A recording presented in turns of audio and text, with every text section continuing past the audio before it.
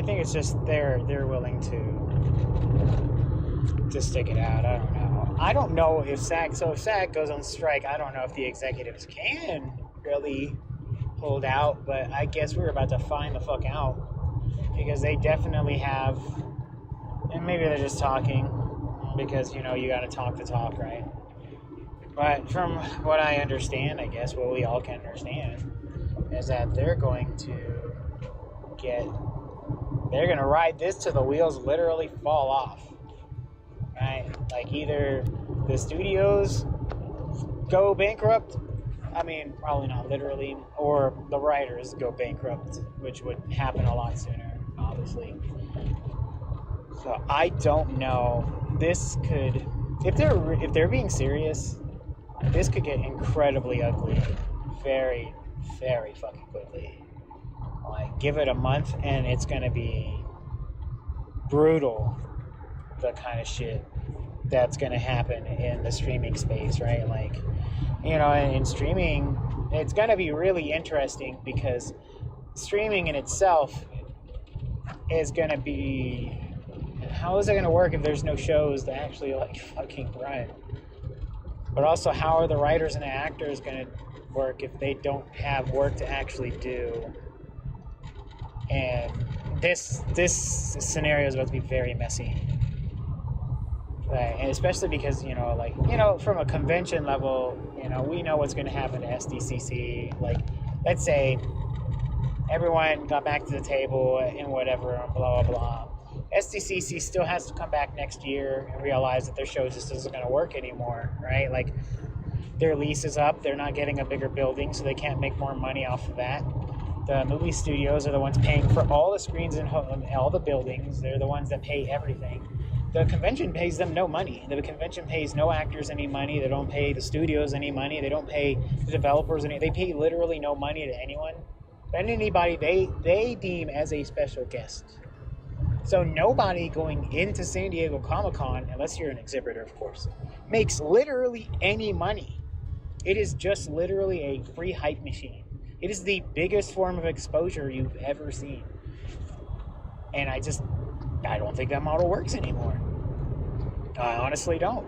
Especially in the middle of the strike where these movie studios are going to figure out that it's time to move on. That's why you saw a bunch of trailers. If anybody noticed, like 12 trailers came out yesterday. It's because they can't show them at San Diego. But guess what? If the same hype level gets reached that they would in San Diego, just outside of it, they're not going to go back. Why? Literally, why? They just did that for free, basically. I mean, it's obviously not free, but like pennies on the dollar to what they would be paying San Diego Comic-Con to use their space. And they have to buy them the screens for Hall H, or anything they use in that building. It's actually ridiculous. It's a ridiculous model, and I just don't know. But besides all that, I don't know how this strike gets to October to, December, damn near the new year, and everything's going to be okay. Like, this is going to be probably incredibly brutal, to say the least. I don't know. This is about to get pretty serious, I think, pretty quickly. I give it a month before, not that anyone's gonna break, but before everyone starts really freaking out here, because, the writers have already had 60 plus days in this mess. What if the actors are in this, and then that's about a month to 2 months in, and there's still nothing? This is gonna be brutal for everyone involved, all of us, every single person. And it is going to definitely bring up a lot of questions, like you were talking about yesterday, Dom, about what does that look like for gaming and streaming, because, right now, gaming is probably in the strongest position it's ever been, ever. And cloud gaming, while not super strong at the moment, could get a really big boost from this. And that's streaming right there. So we're going to find out real quickly what the value of cloud gaming is to these companies very fast, because that's the only model that's going to be running while this is happening. The only model and the only thing that's going to be running is gaming, and that is incredibly terrifying and fascinating all at one shot, because not only do they get to set the precedent basically of like, all right, this is the value of streaming really is in their own way. If you are any game studio at all, at fucking all, you're looking at the climate right now, you want to strike while the iron is hot, man. This is like a free pass to put your best game out there and let it carry you to monopoly amounts of money, right? If I'm Nintendo, I'm pushing Tears of the Kingdom even harder. If I'm Microsoft, I'm making sure Starfield checks every box, every fucking line, every dot, everything, whatsoever, because this strike is going to last that long, if not longer, it looks like. And if you're a game, any kind of game studio at all, this is literally your chance right now. Every single person's eyes in the entertainment media needs to do something. All their eyes are on you. Make it count.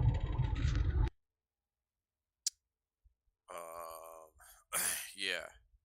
So I'm fumbling through, trying to find something.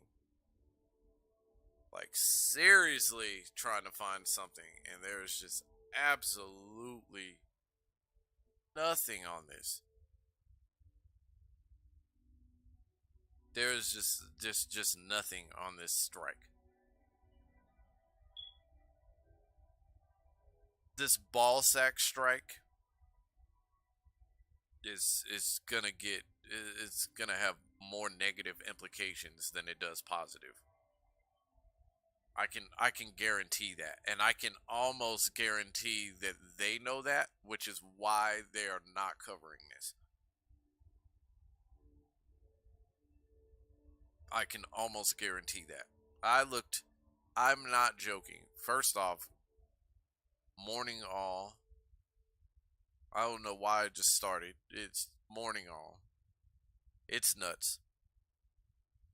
We're watching some of our favorite conventions fall off. They are falling off the face of the earth. And they're not doing it gracefully. This is like really bad.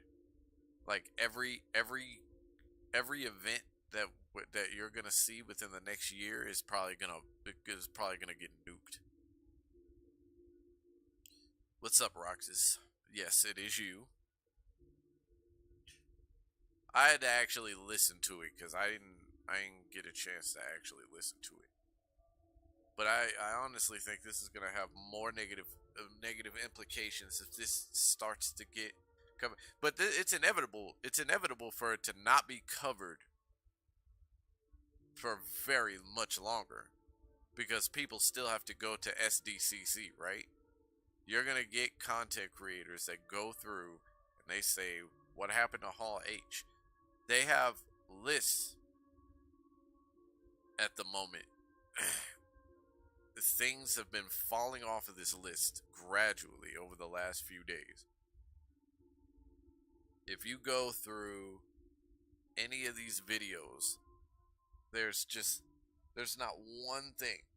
2 weeks ago is when let's see, 3 weeks ago, 5 days ago, when they announced the Spider-Man 2 101 Venom panel at Comic-Con. Great, but we've already seen some of the stuff on the PlayStation state of play. I don't even think that was a state of play, was it? Was it a state of play? I think it was. But there's not a single person covering this, like actively as of right now. Like most of the stuff that I'm seeing right now is 2 weeks ago, 1 month ago. Let's see if we can find anything else. 2 weeks ago from news outlets, Fox News 5, Fox 5. Um,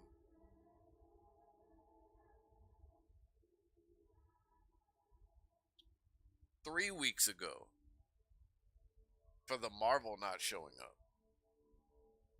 Um, Seriously, and nobody's covering this.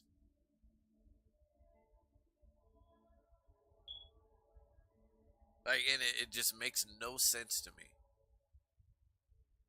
Um, Exec comes out also and says that they intend to let this ride out. They're going to let this ride out until everybody loses their houses and or apartments.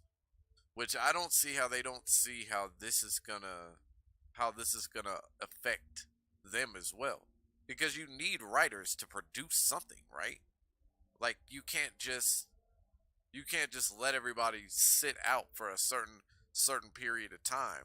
If you're talking about actors going on strike, I don't think really actors are worried about it because actors are always getting paid something. They have something in the pocket somewhere. I don't know if they realize how important their writers actually are. I don't think that they care either. Like just by what was said, if you're really willing to let this strike ride out until people start losing things, then what does that say about what this strike is actually for? Wasn't there something I could have swore there was something about the strike ending in 24 hours? Am I losing my mind?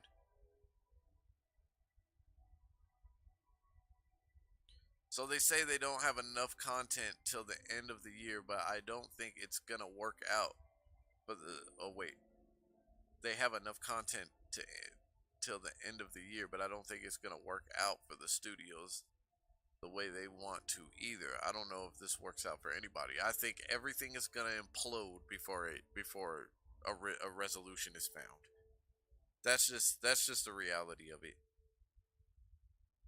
I honestly think the things are just gonna have to implode.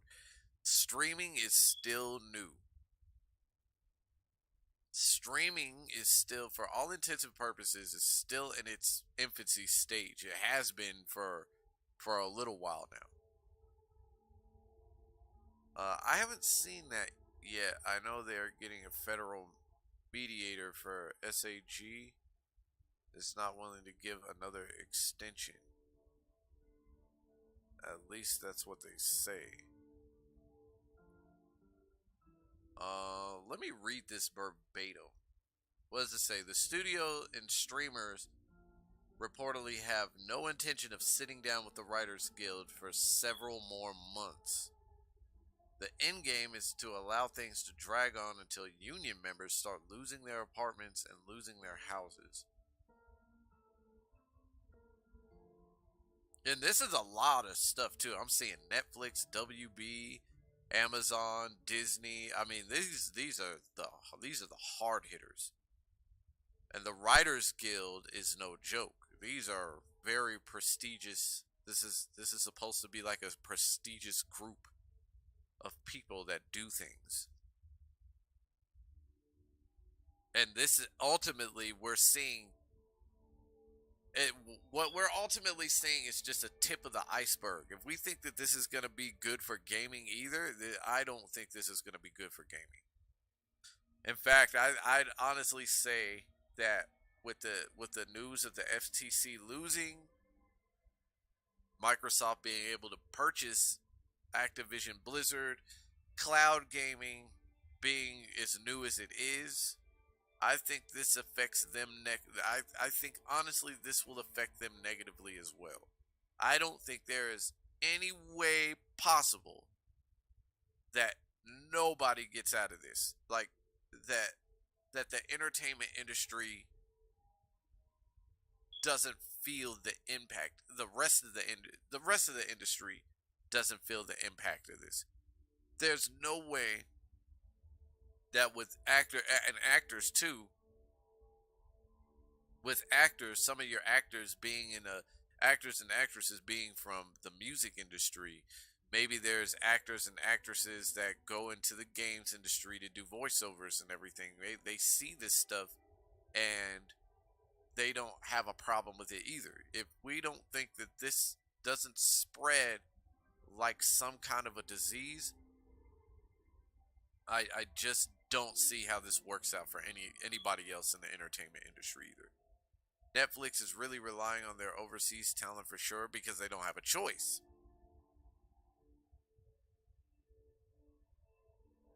They don't have a choice to do it. They're not on strike.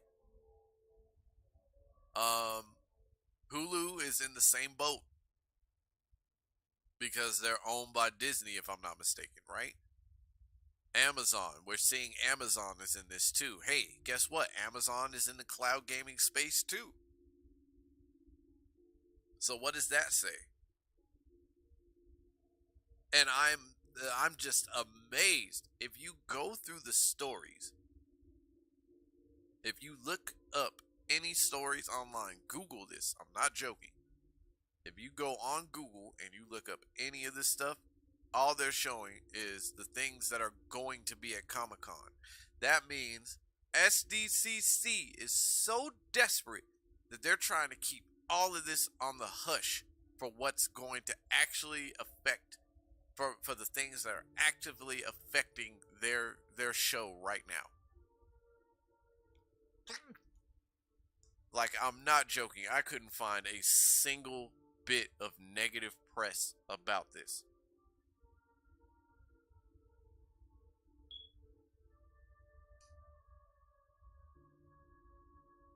Oh wait, 13 days ago, which is almost 2 weeks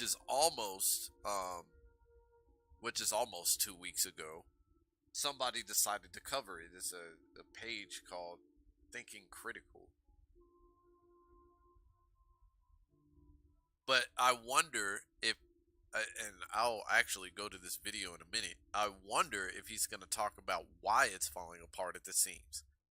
Because besides the fact that they need a new building, and then there's a writer, like the writer's strike is really going to affect this. And I don't think people realize how much it's actually going to affect SDCC.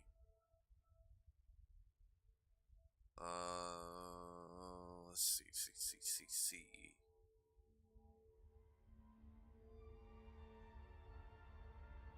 For San Diego Comic-Con, and who better than to talk to about this than Aaron Sparrow, who used to be on the SDCC committee. And probably knows all the ins and outs of SDCC and what's the big draws there. How you doing, Aaron? I'm doing really well, Wes. How's it going? It's not going too bad. Certainly better for myself than San Diego Comic-Con. We knew that Marvel wasn't going to be there. They weren't going to do their traditional Hall H panel, which was already going to be something going against. Keep in mind, for nobody that's ever seen this, that is one of their biggest showings. I don't care what anybody says. That is their biggest. That's what people go for. That's what people have really been going for the last few years, because there's always something going on with Marvel. They want to see what's going on with the next phases. They want to see what's coming out in the phases, when the things are actually going to release. And it's actually fun to be able to interact with the actors in the Marvel franchise. So I listen to the SDCC blog every year, and I'm listening to it last night, and the first thing they get to is strike talk, and it was so damn cringe, it was horrible.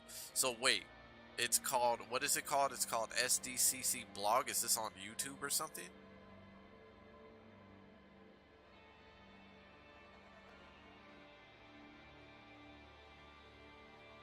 Or is this like on a different site? All I know is this: is if you have a person on that was formerly on the team of SDCC, then he's gonna have way more.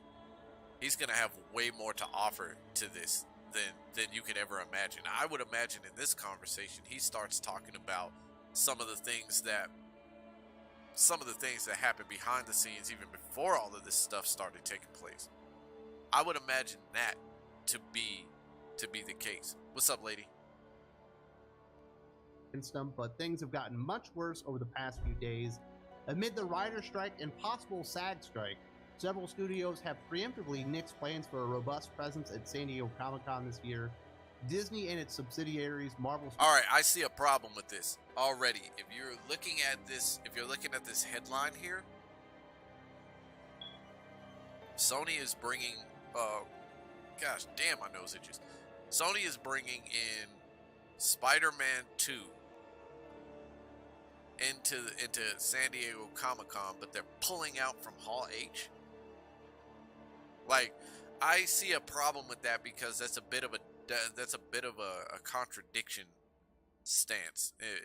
If I'm looking at it from a practical standpoint, like, why even bring your game to Comic-Con if you know that this is going to be a problem? Like, this strike is going to be a problem on your films department. Studios and Lucasfilm are not planning any panels, cutting off the chance to showcase the cast for the upcoming projects like The Marvels, Loki Season 2, Ahsoka, and Haunted Mansion. HBO, which has True Detective Season 4 and House of the Dragon Season 2 still in production, isn't going, nor are Sony Pictures and Universal Pictures, who also have The Exorcist coming out. They said they thought it was lame that the SAG is asking actors to not go to SDCC, and you could tell they wanted to say more. There was some form of WGA members in their chat, and it was just awkward. Silence and just cringe. Well, where is this at? Because I kind of want to see this.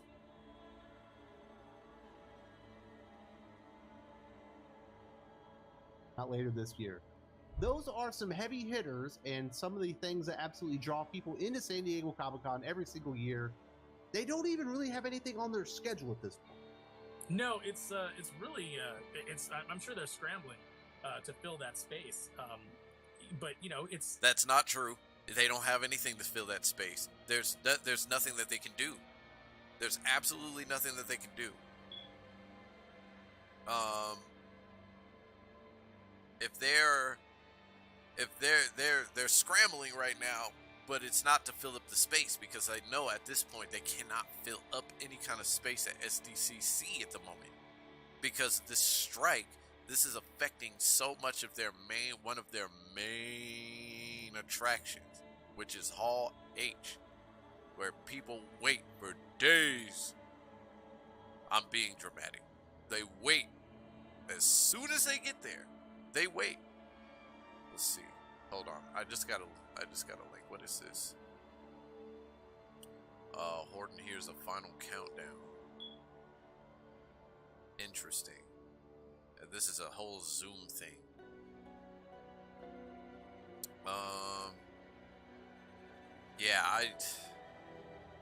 I'll listen to that as soon as we get done with this. I want to see how far this goes. These guys are scrambling.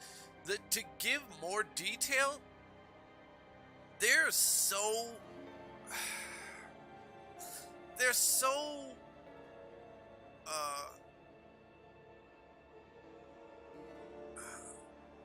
desperate that they're handing out bans that they should have been handing out, the Hall H passes that hold your space, that they should have been doing the last few years. Because holding a space at any con is very difficult to do.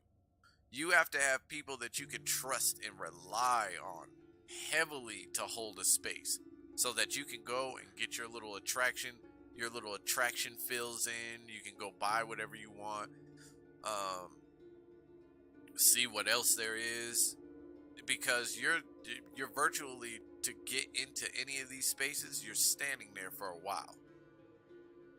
You're gonna be standing there for a while. You might need something to eat. There's little stuff like that, and you need to be able to trust people to hold your space. It is a fight to get into main attractions such as this. Scrambling, the scrambling that they're doing is the kind that says, hey, we know that things are falling off of the list, but, you know, not to worry, because we got something for you, and there's really nothing. There's nothing there. You can't scramble to fill a space when there's nothing to scramble for. So they're just scrambling for a different reason. You've got to expect this. You got to expect that this is going to happen.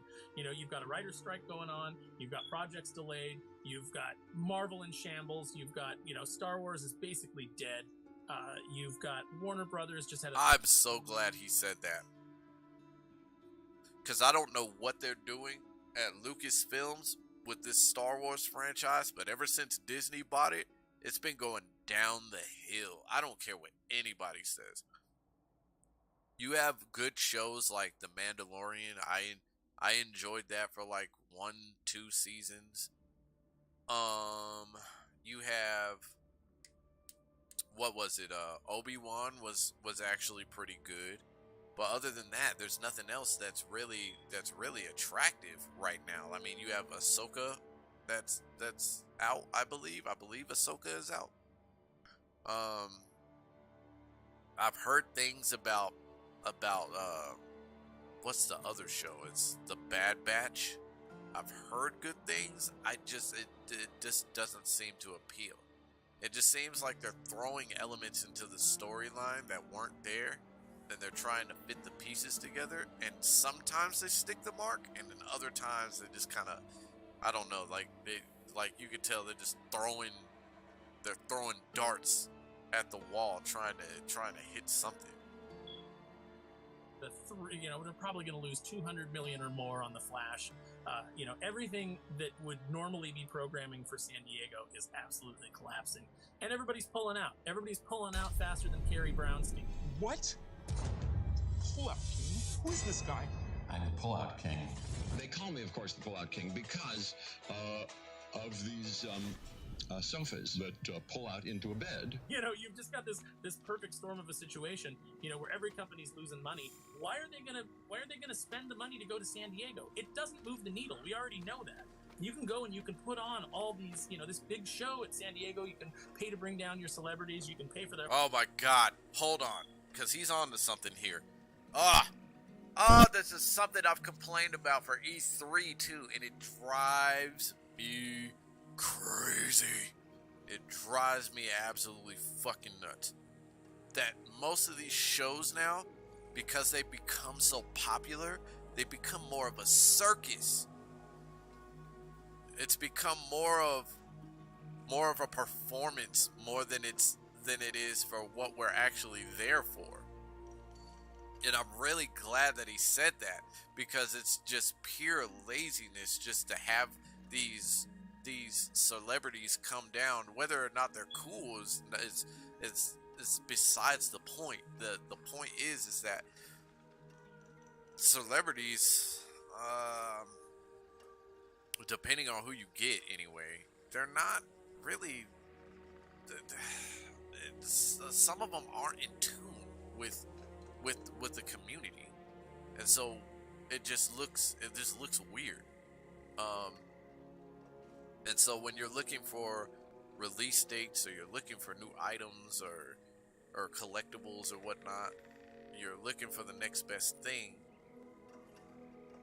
Celebrities are only the face. They don't really help with, they don't always help with selling whatever it is that you're trying to get people to buy. So now that everybody's pulling out from SDCC, they have to figure out, how do we keep the attention of people? And it's just really hard to do that because they've been leaning on the celebrity, they've been leaning on celebrities as a crutch for so many years now, that for the first time in a long time, they're having to figure out how they're going to be able to do that without the help of big names. Their hotel stays, you can spend all of this money, and it doesn't do jack shit for you, because The trailer that they show at the con, it's online within minutes. People can go and watch it there. You know, the only people that care about this are the people that are worried about FOMO. You know, I've got to be there, and I got to be in Hall H, and I got to see it, and I got to see Tom Hiddleston walk out. And that would be 60% of your audience right there is the FOMO audience.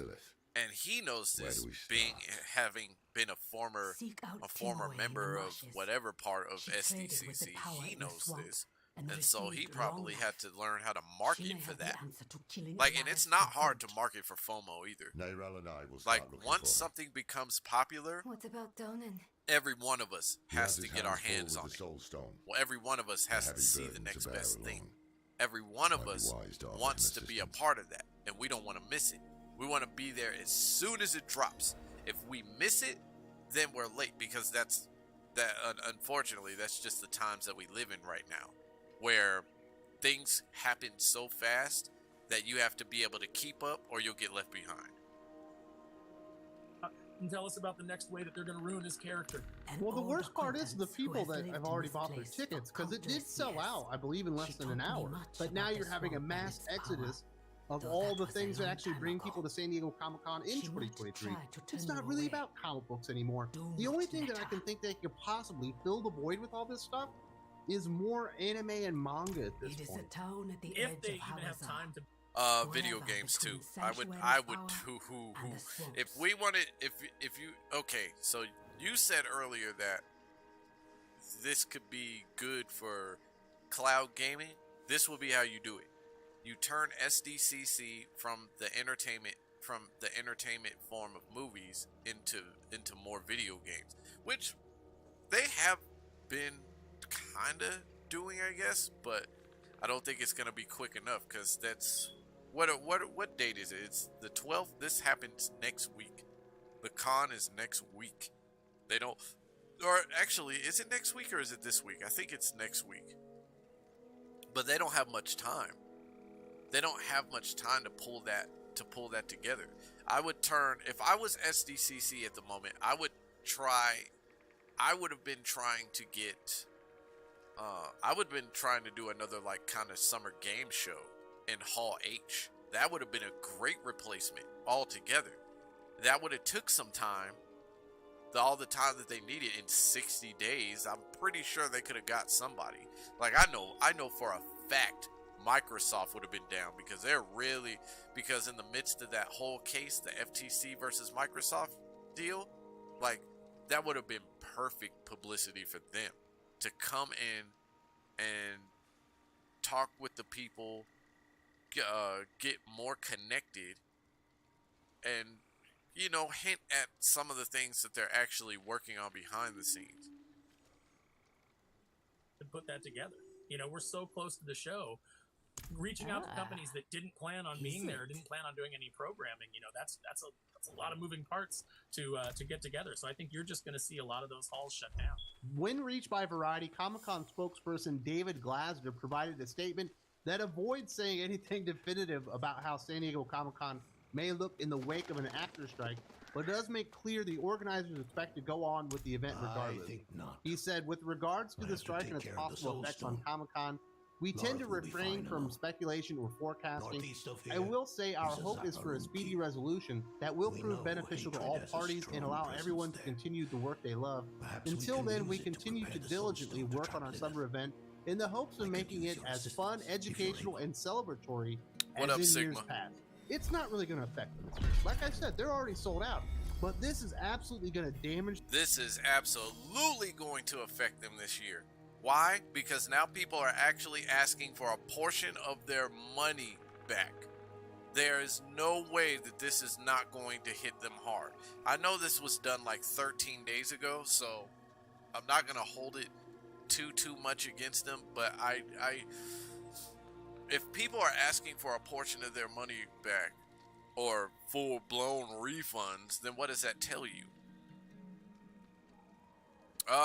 Nothing much, man. We're sitting here covering this SDCC thing, and because nobody else is actually sitting down and talking about this, like, as of right now, and it's crazy that they're not, because this is probably going to impact a lot of the things that we know as far as entertainment as a whole goes.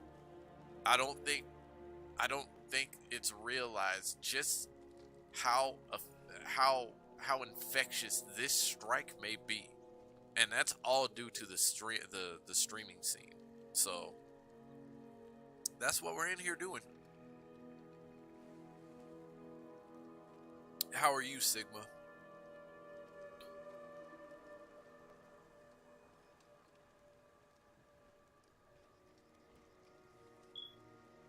Like, seriously, is this a good time to actually say this, or is this a really bad time?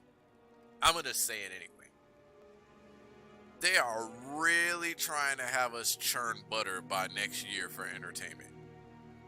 I said that like 2 years ago as a joke. I'm actually serious this time. We're going to be churning butter for entertainment by next year. We are going to be living in the Amish paradise by next year if this continues. Ron Jeremy's butter even? I hope not. Isn't Ron Jeremy in jail? I could have swore he was in jail. I don't think he can distribute his butter anymore. There's their reputation next year and years to come, especially if a lot of these big studios don't continue to come back, because they basically kicked out all the comic books and comic book fans and said we wanted pop culture fans. Sigma says, yep. Yeah, and during the pandemic, one of the big things that drives attendance to San Diego is the exclusive toys, the exclusive items that you can pick up, so that people can flip them on eBay. And a lot of that is gone, because the companies have realized, wait a minute, why are we shipping all of this product, and paying the expense of that, then selling it there, paying employees to stand there and sell it, and paying them overtime to be there, paying for their hotels, paying for their per diems. We're spending all that money when really all we have to do is launch the stuff on our own website. Wait, what is today? Hold on. Leave the warehouse. We can just ship it straight out of the warehouse, and we're good to. Wait, is it? What's today? Wednesday? Is it Wednesday today? Or am I losing track of my days?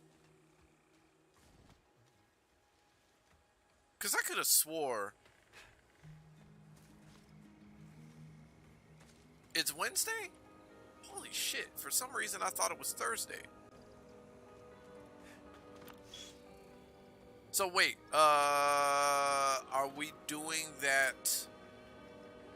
Are we doing that fighting thing tomorrow? Are we doing the oh jeez. Are we doing the Smash Bros thing tomorrow? Okay. Then I really lost track of my days then. So that's my... I have like 24 hours, over 24 hours to get myself ready for Smash. That's how much time I have. Damn, I hate the maps on this. To go. So, that's going away. The bloom is really kind of off the rose as far as San Diego. You'll always have a big crowd. If I do it today, I'm embarrassing myself. I'm going to take this time to train. I need to train. I need to get back into the rhythm. I need to get back into the rhythm of my life. Oh, yeah. That wants to go. You'll always have a big cosplay crowd that want to go on, show off their cosplay creations and walk around and not spend any money, with the vendors. You'll always kind of have that, but I think that we may now be seeing the, attrition starting. We may be seeing these events get smaller, they're less appealing, they're less interested. As studios realize there's not really a benefit to them aside from going and having their, their ego stroke, but it's a huge expense to them. Yeah, I definitely got to get back into shit. Was this by design? Because it feels like going all in on a movie con and television con. So I think I got all of the, I have all of the fighters unlocked. I think there's like 90 something. There's like 90 something fighters that I have unlocked. So I think I have all of that unlocked. We could do a non-stream day today where it's just us. If it's with a straight practice, I got zero problems with it. I mean, that depends on what everybody's time looks like. I mean, as of the next couple of weeks, I have nothing but time. Oh, that was something else I wanted to address about this too. I know I'm going all over the place. So we talked about I had it right there too. We talked about all the trailers. You were talking about all the trailers that dropped, right? So if you go on any of your social media, any of the social media platforms that are showing any of this stuff, and you look up like things like IGN, or you're looking up like Game Rant or anything like that, or any kind of publications like that that are actually posting about that, they're actually drawing in more attention. They're drawing in just as much attention than a San Diego Comic-Con would do. So, I mean, we're gonna see. I think it's inevitable either way. What's inevitable is that we are gonna see that a lot of these companies can do bad by themselves, and they'll probably just take the route that Microsoft and Sony and Nintendo have done, and just create their own little showcases. I can easily see that happening. If that happens, then I could also see like a difference in how certain other festivals, like what is it, the Films Fest? I think there's like a Summers Film Fest or something like that. I could easily see them taking that same route in a different way. I think it just really depends on how this actually works out. That's what I was arguing about earlier to these companies. These companies can do this on their own without renting space from SDCC. Of course they can. And if they can save money, because that's going to save them a lot of money. Because I would argue that SDCC actually makes quite a bit of money just off of their appearances. They probably pay for the appearances, but they'll probably double what they paid in the revenue that they get in return for all of the people that are sitting in the seats of Hall H. So if they're actually more successful, which they have like a double movie. What is it? They have like Barbie, and then what is that movie? On Timer or something like that. I don't know how to pronounce that crap. But then you have Napoleon coming out. What else do you have? You have there was something else that was there too, and the point is that these trailers have been garnering more attention. Probably more. Oppenheimer, thank you. These things are probably garnering more attention outside of SDCC at the moment than they would be in SDCC. Like, I know for me personally, this is just me, because this is all subjective. I'm not going to SDCC to watch a Barbie trailer. I'm sorry, I'm not. I'm not going to SDCC to watch Napoleon. I'm not going to SDCC for Oppenheimer. I don't think that is SDCC worthy. I'm sorry, it's just not to me. Where your big stuff lies is the things that are comic book based, like your Marvel, like your Star Wars, like DC. Like, when you start to lose things like that, and that's a shame, because DC has not been doing so hot on their superhero movies. Let's be real about that. I mean, is anybody really looking forward to Blue Beetle? Like, I'm not. But when you have DC, even DC would have helped them at this point, and they can't. There's nothing that they can do about it. So if they can show off, and I know we've seen the trailers for Blue Beetle, by the way, because that's out too. If you have all of these trailers and they're getting more attention than they would at SDCC, what do I need an SDCC for? Why do I need to pay $200 a night? $200 a day for each pass. Why do I need to pay for that? Why not look for a refund if everybody is pulling out of Hall H? And that's the thing that it doesn't seem like. It just doesn't seem like the owner is actually getting through in his head. Like, it's almost like he's in that point of shock where he's been so successful for years now, where SDCC has been successful for years, that like it's the shock of not wanting to believe that this is actually happening. So what is he gonna do? He's gonna try all of the things that he can to uphold whatever SDCC meant, because that shock factor is probably still there. What's gonna be worse for him though is the fact that when he gets there and it turns out that it's not the same as it would have been like a year ago or maybe a few years back. I think then the shock will then settle and then things will begin to crumble. Not only that, they still have to lease a building. That's a lot of stuff to have to put up with. What are they going to show at Lionsgate if they already showed the Godzilla trailer? Minecraft? Not even that. I would argue that even Minecraft isn't going to help them. I don't think there's anything that can help them at this moment. Rather than a Comic-Con, for the most part, you know, like I said, it blew up in their faces. But was it something that they really wanted? Let's bring in all this stuff outside of there, and they'll take the place of the things that actually drew what this con is, and see if we can replace those people with something more exciting, I guess. I mean, I think so. There's some really good people that still work at the convention. That still work on the committee. But largely, the board, they're very disconnected. They don't even know, who's working in comics right now. When I was there, it's been several years since I was on the committee.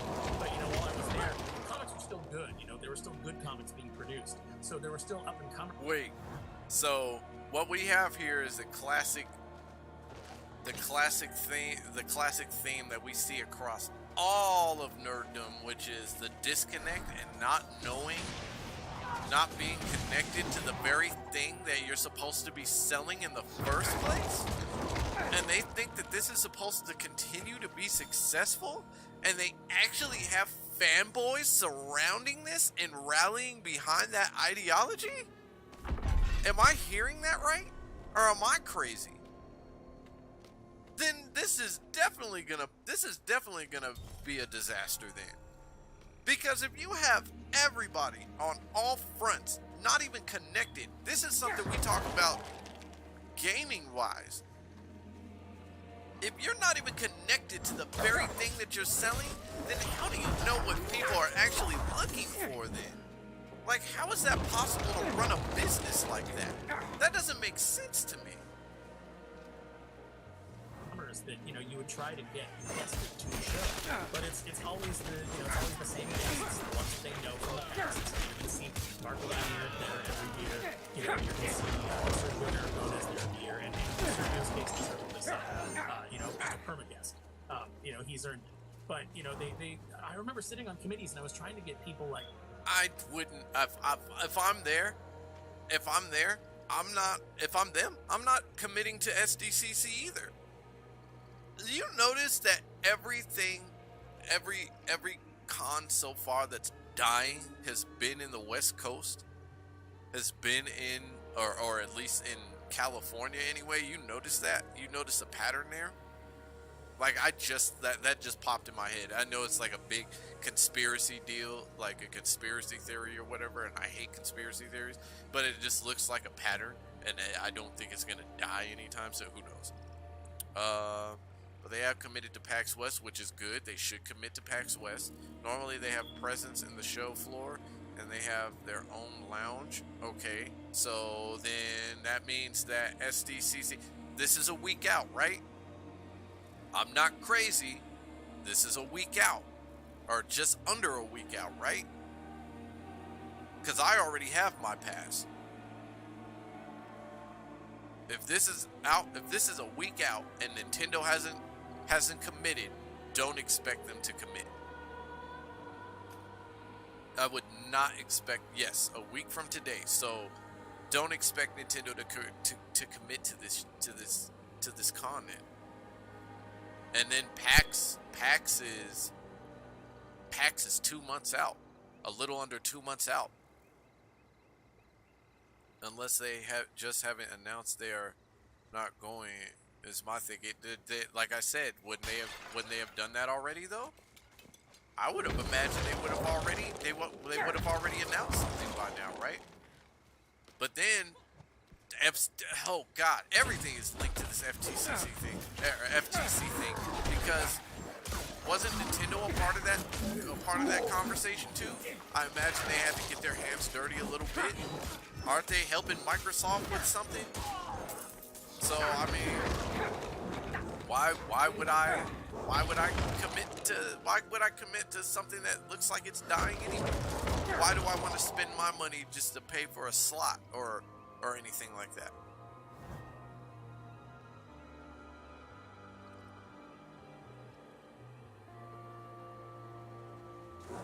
Ja Rule will make sense of everything. I don't care what you say.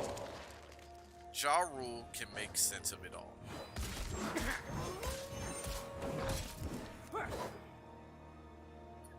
You know, at the time, people who had even drawn like covers for the programs and things like that, it's like I was trying to get them to the shows.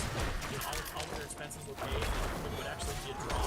And there was just a heavy resistance. And meanwhile, it would be, you know, suggesting to people that, you know, yeah, this person wrote like 3 episodes of the sequel back in the first year that, you know, we should guess them.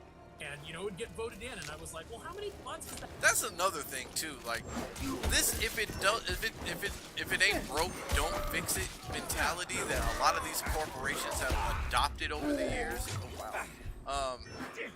It seems to be finally working against them. That you are now realizing that the space that you're in is not the space that you're in now is not the same space that you were in 10 years ago. It's not the same space that you were in 20 years ago. It's just different now. We live in a digital age. So how do you adapt to a digital age where with a non-digital mindset? Capcom will be there as far as I know. Microsoft might still be there, but yeah, I wouldn't spend money to rent show floor for SDCC if I was Nintendo. I wouldn't do that either. If I was Microsoft and Capcom, I would probably pull out too. If that actually, it's just like I said, this is probably like the perfect publicity for Microsoft at the moment. Show up in something that's dying. Wouldn't it be funny? I'm sorry, this just popped up into my head.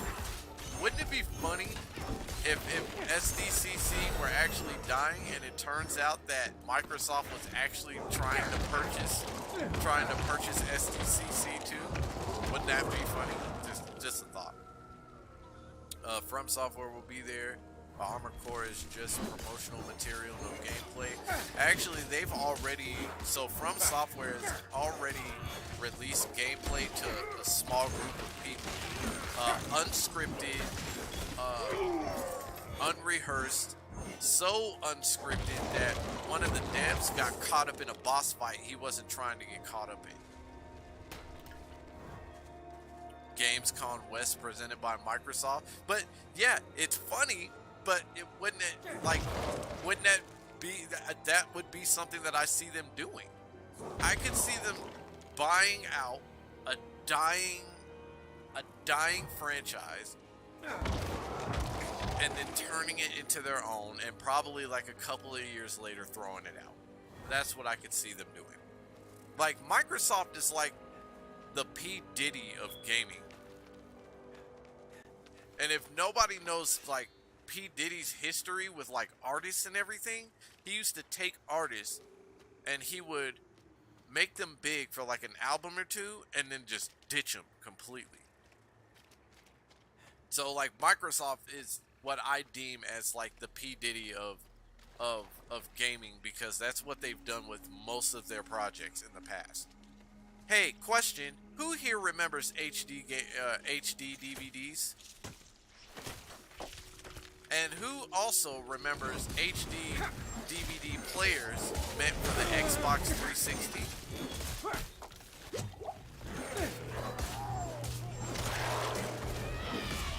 And then if you do, pop quiz, how long did it last? I'm not ready yet.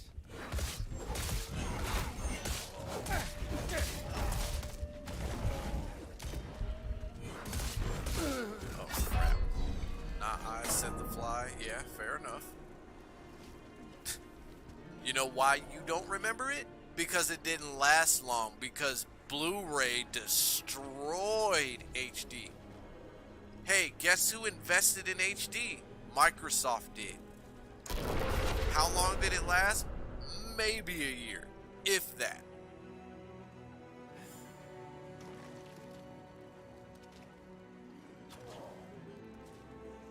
And it failed miserably. I'm not saying that as like, I'm not fanboying here. I'm just giving the reality of the matter. They have treated everything like a passion project to just be thrown to the wayside. It is not failed. They did it with Zune 2. That was their answer to iPod. Zune was actually pretty good. Hey, why didn't they stick with that? So if they were to buy out SDCC, holy crap, why am I getting killed this easy? If they were to buy out SDCC, I wouldn't see it lasting much longer than that either. That was just like a little side note. But their little HD player didn't sell very well. Like they were forced to, they had to can it. What's that person gonna put in the seat? No one cares about writers on a TV show. You know, that's not gonna be a huge draw. And you know, even the programming. I was, I fought to get Tournament of Nerds there, which was a lot of fun, and we got a really good response. The show was always had to turn people away at the rooms that they would give us, you know, and it was basically a comedy show. And I had to fight to get that again. And I remember saying in the meeting, I was like, why don't we cancel one of these boring panels, like editing comics? I'm an editor, and I don't care about editing the comics. You know, I wouldn't even go to that. Nobody gives a crap about that. You know what? I will say that some of those kinds of panels are a little boring. Okay. What was it at the Pop Culture Con? We went to see how they do the storyboards for character creation for Overwatch. I have to say that was kind of boring. Like, I really don't give a fuck what you had in your panels that got you into the storyline of every character. I would say that that's probably a waste of time. Find a different way to entertain. That's actually those kind of panels. That instead of that, why don't you break down your actual game, have gameplay footage, and then just roll with that? And then at the end of the panel, you can select like a few people to come up and try the game out and see if they like it or not. I would say that would probably be way more interesting than like how you were to create something of that matter. Oh wow, I am in territory I have no business being in. Why don't you give us that room for something that's actually entertaining? But it's a lot of people who are just stuck in their ways. They don't really know the industry anymore. There's a lot of people there that are just, you know, they're nerds and they're kind of social outcasts. And they're finally connected to something cool because Hollywood recognizes us, and they feel like being connected to that makes them cool and makes them important. It all comes back when we go. You know, I'm seeing a lot of people that are optimistic that maybe San Diego Comic-Con will be more about the comic creators, or even like the Black Order is hoping that maybe comics can push the forefront. But this is probably the worst time in the history of the world for San Diego Comic-Con to try to do an about-face and maybe represent more comic stuff, you know, at the con itself, because there's nothing really good out there for the most part in mainstream comic books. What are you going to talk about? The really boring, not great selling Batman series, the Spider-Man series that no one really likes, the fact that the X-Men stuff pretty much across the board. The only like A-list character that's doing well right now really is Superman, and we're seeing the sales dwindle and dwindle and dwindle as we're seeing maybe like indie creators kind of blow up. Like, they should be trying to get like an Eric Salai or somebody in there, because he's actually proven that he can put butts in seats and people actually go out there and support him. But if they're trying to court like Marvel and DC Comics, there's just not a whole lot to put out there that's actually going to get anyone excited and want to visit even one of the panels. No, I think the most depressing thing that I've ever heard in Comic-Con was and a guy guy's wife said that she grabbed his arm. She said, "Well, hey, what's down there?" And he goes, "Oh, no, that's just comic books." And they went off, you know, in like another direction. And I was like, if there was ever a more perfect... Well, if you're in touch with any of this stuff, a lot of the sales that are dwindling. You have a lot of comic book heads in the space. Oh wow, I need to actually get my sword tempered, don't I? You have a lot of people in the space that have been comic book heads for years and years and years. And what we're seeing happening is that we're seeing changes with some of the characters that we all grew up and admired and loved change before our eyes. They're changing, all of them, with this politicized agendas and everything like that. And the problem with that is that when you have people, it's in our nature to be comfortable with what we grow up knowing. DC really has this problem, by the way, because they keep changing the stories, because they are the most unorganized storytellers ever. Just a side note. But when you see your characters changing before your very eyes to meet certain agendas, to attract other people, it's gonna look different to certain other groups, and you're going to see those sales dwindle, unfortunately. It's one of those deals where it's like people don't know how to tell a story without making it look agenda based. And I think that's a lot of where we're seeing, not even just in comic books. I think we're seeing it in all forms of entertainment at this very moment, and we have been for the last few years. And so, yeah, sales are going to dwindle when you're bringing in these certain political agendas into something that's supposed to be for escapism. Like, tell a story, tell what your story is without pushing forward something. It just doesn't make sense, because if you're pushing forward an agenda, it just doesn't make sense to be a part of it, because it's exhausting to watch that kind of stuff. It's exhausting to flip through the pages and know that this is what you spent your panels on. It's exhausting to pick up a controller sometimes and play some of this stuff, because it's just like, we already deal with this stuff in real life. We're in this for escapism. It has nothing to do with anything else. So at the end of the day, your agendas, whatever it is that you believe in it. But this is escapism. And you're watching sales dwindle from a lot of that stuff because of that. So nobody has asked, so I will. Is this year's SDCC worth the $35 it takes to get there? Probably not. I will honestly say it's probably not even worth. It probably wasn't even worth paying $200 just to get the pass. It's not worth paying. What is it? It's probably around $1,000 per day, or for all the days combined, I would imagine, because it cost me like $200 or something. So it's probably around $600 just to get a whole week's pass. It's not even worth what I paid just to get the couple of days that I got. Like Saturday, I think I got one for Friday and Saturday. Saturday sold out so quick too. So I don't even think it's worth dropping a dime. But those of us like myself that did drop a dime, do you really think we're going to get retribution for that? That's the real question.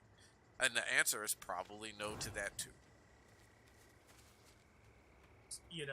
Distillation of the attitude that, just the general public, and not even them, but just the board of Comic-Con has about comics. They're just kind of the redheaded stepchild. They shrink Artist Alley, every year. People are basically at like this little 2-foot card table, and now they expect them to pay for it. You can't even get out of the bathroom. They just packed in there, like it's some kind of special.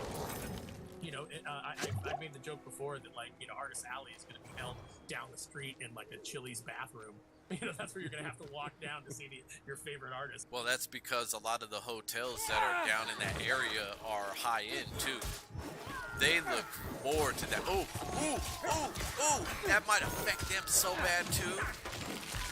This is actually a perfect example of how much this strike will actually affect. If we want to be technical, if you stay at the hotel, I would argue that it is a form of entertainment. To stay somewhere else is a form of entertainment. I know it's probably not going to be looked at that way, but this is a perfect example of how it's going to affect, how much this strike will actually affect.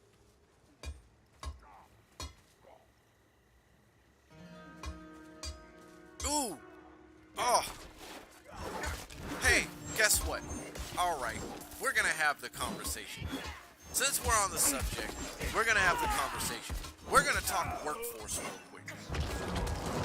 I'm going to find a safe spot, and we're going to talk workforce. Because this is what we are finally seeing. And I will wholeheartedly admit it on here.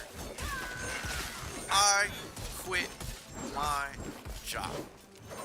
Straight up. I will wholeheartedly admit that. And I want you to understand why I admitted that. Because at the end of the day, what we are seeing is a revolution of some sort of people getting tired. There are people, and for the most part, it's probably paid. I'm not ready. Oh, I knew I was going to die. What we are seeing right now in our current generation, in our current day and age, is a revolution of people mostly probably tired of working hard and not getting paid enough. But there is more aspects to this than that. For some of us, it is respect. For others, it could be something else. Regardless, this is what people are trying to get through to the execs that run these businesses. The thing that people are trying to get through to you as executives is that as much as you think that they need you, you need them just as much. And people are tired of or working for people that are in certain positions that hide behind the titles because they think the title makes them so important without even living up to the responsibility of these titles. And so people are not getting paid, they're overworked.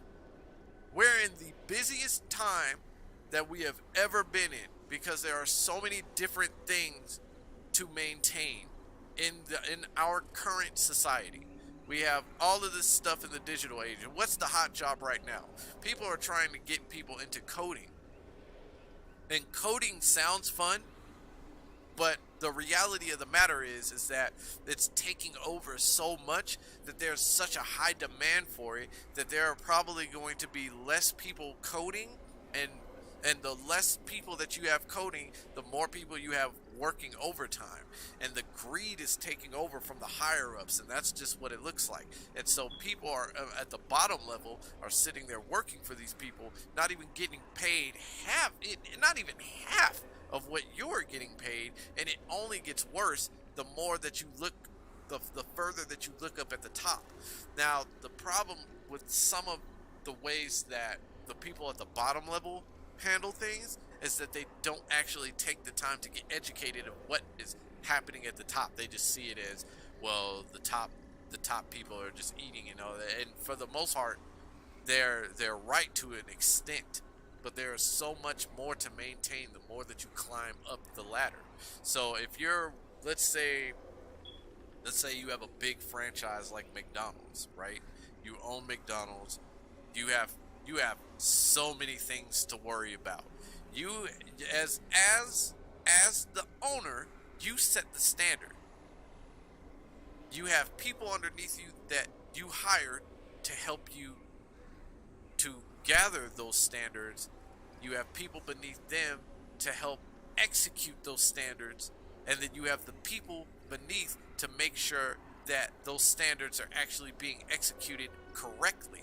And then on top of that, then you have to worry about the labor, how much, in this particular case, it's food costs. You're looking at labor costs. You're looking at keeping your lights on. How much food costs, and food costs affects a lot, because it actually determines how much money, how much revenue you're actually bringing in. So around 30% is what you're looking at to keep your food costs at.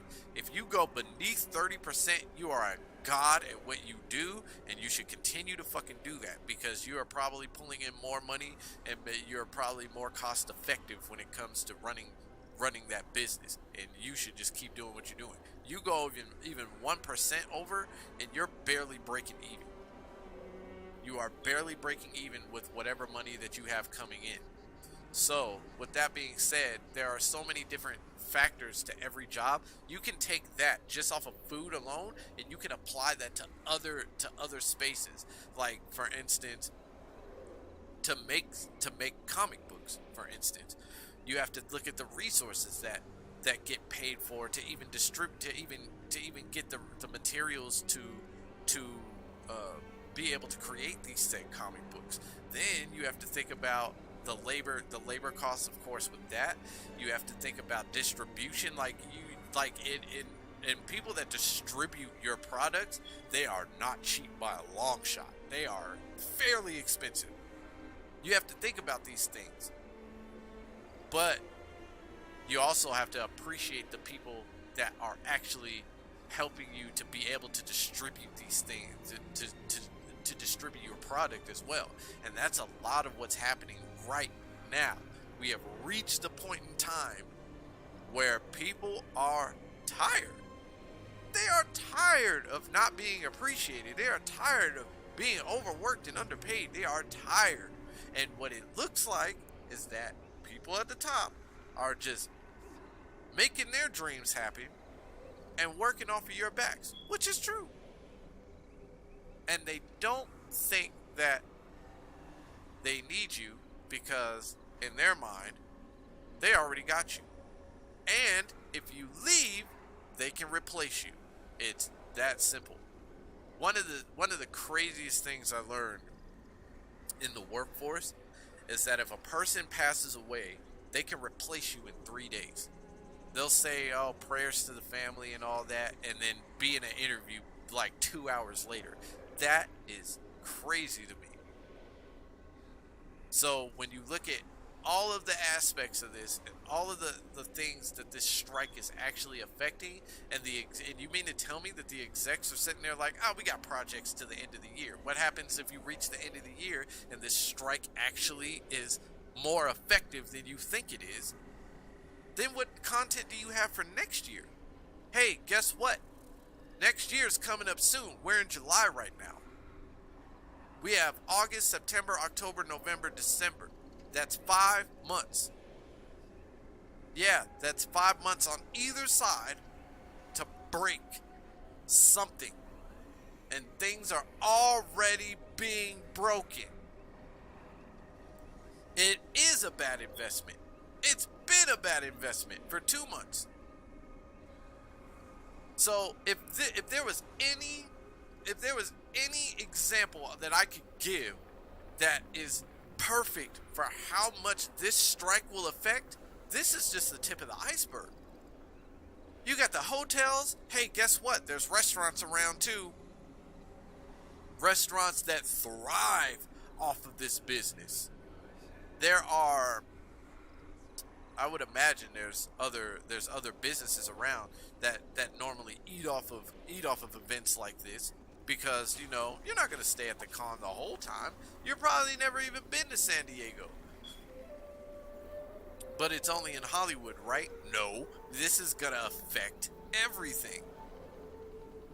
Everybody that's on strike, if you have a list of everybody that's on strike right now, you have WB, Amazon, Netflix, Walt Disney. The Writers Guild is on strike. This doesn't just affect Hollywood. This affects everything. This is going to affect gaming space. I said it earlier. Amazon has their hand in cloud gaming. There's no way this only affects Hollywood. This is affecting everything that you're going to see. You're going to see it in music soon. You're going to see it in gaming soon. When it hits gaming, that's when things are going to fly off the handles. You just now are getting cloud gaming. You're just now getting it. Cloud gaming is the youngest form of entertainment as of right now. Add that on top of the second youngest, which would be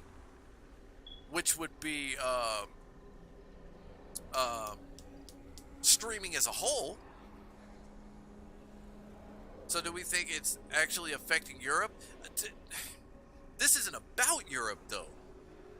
Let me ask you something. Because they might eat off of this. They might. There's already been mentions about it in music already. Snoop even talked about how it makes no sense, how he makes almost no money off of digital and stands with the WG. But see, that's what I'm saying. But it's already been it's been going on in music since before this. People have been looking for their royalties. They've been looking for the rights to their own music. They've been trying to figure out how to gain the rights to their own content. Hey, you're talking Snoop? Snoop just acquired, what was it, 2 years ago? He just got Death Row. Snoop just got the rights to all of the music in Death Row, and now he owns all of the rights to that, so he can distribute it as he pleases. He can even reform Death Row if he wants to, and I think he already has.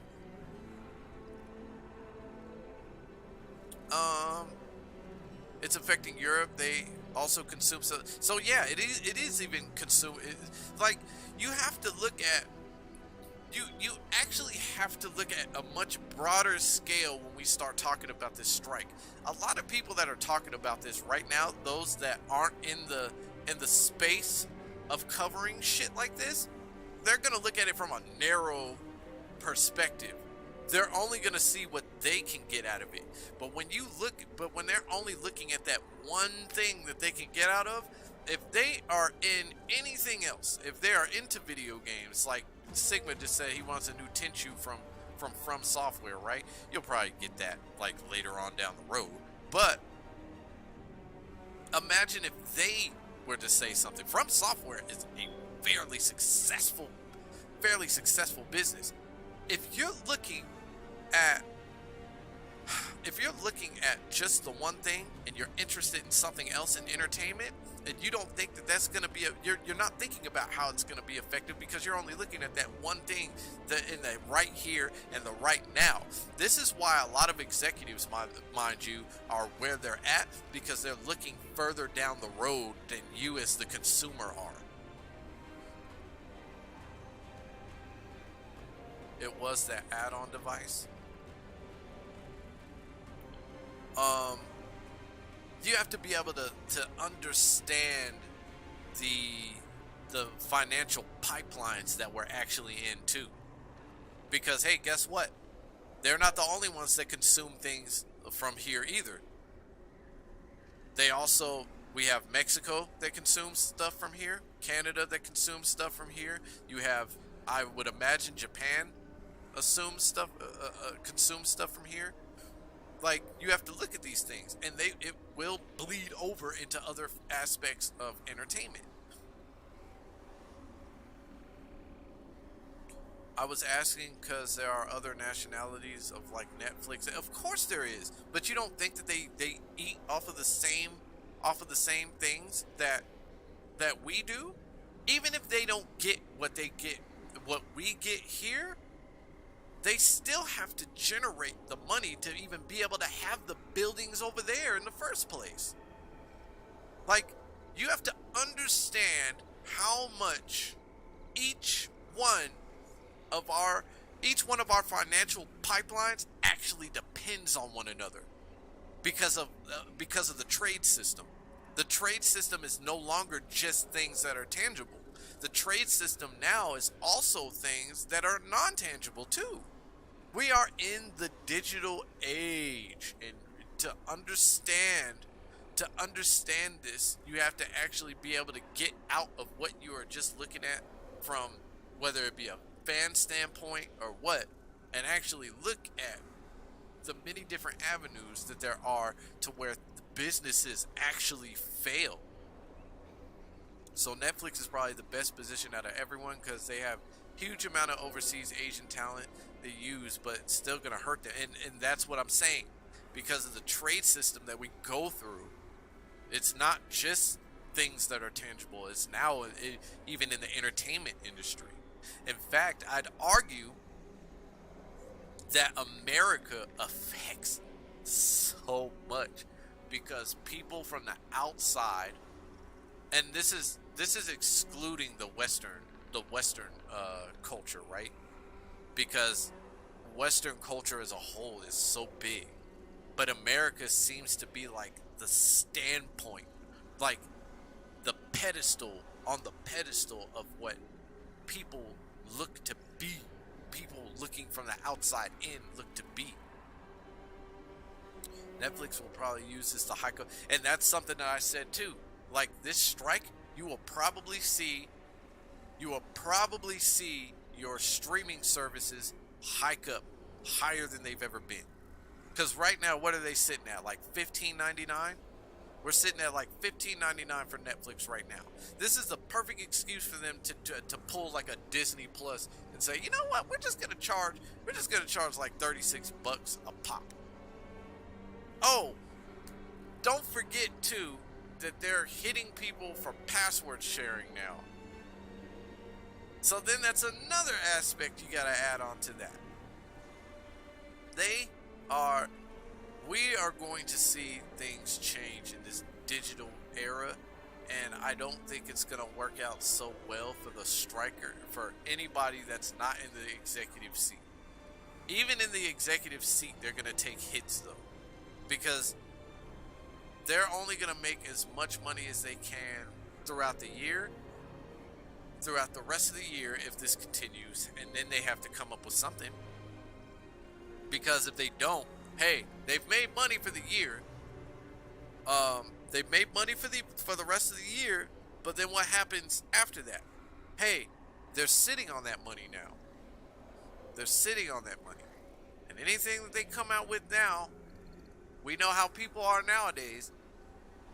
It could either go one or two ways. Their revenue, their income can dwindle,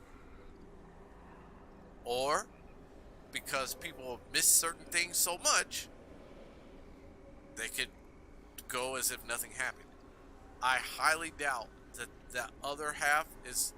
I doubt that the latter will happen, though. They can't bring back Blockbuster. I mean, they might be able to try.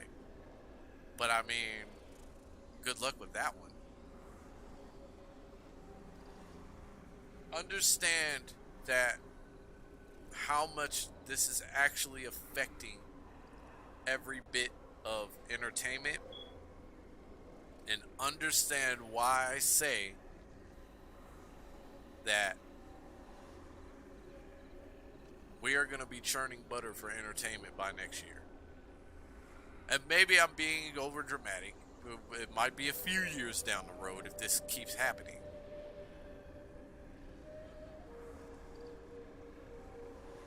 It's gonna bleed over. If it's already in the music industry, yes, all of our stuff, it will bleed over into it. I'm saying some now because it's only the beginning. Because you can't put, it's hard, for one, it's hard to put a price tag on streaming that is young. It was easier to put price tags on things that were tangible.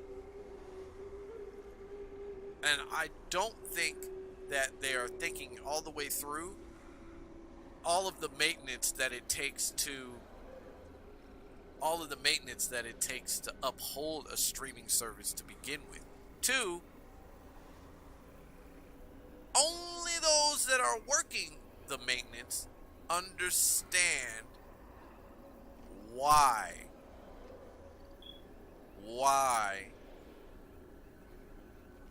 or not why, probably understand more than anybody how much streaming could actually cost. We are seeing that more and more higher-ups are losing touch with the people that they needed to stay in touch with to begin with. I highly doubt that. I don't know about that. But I am saying that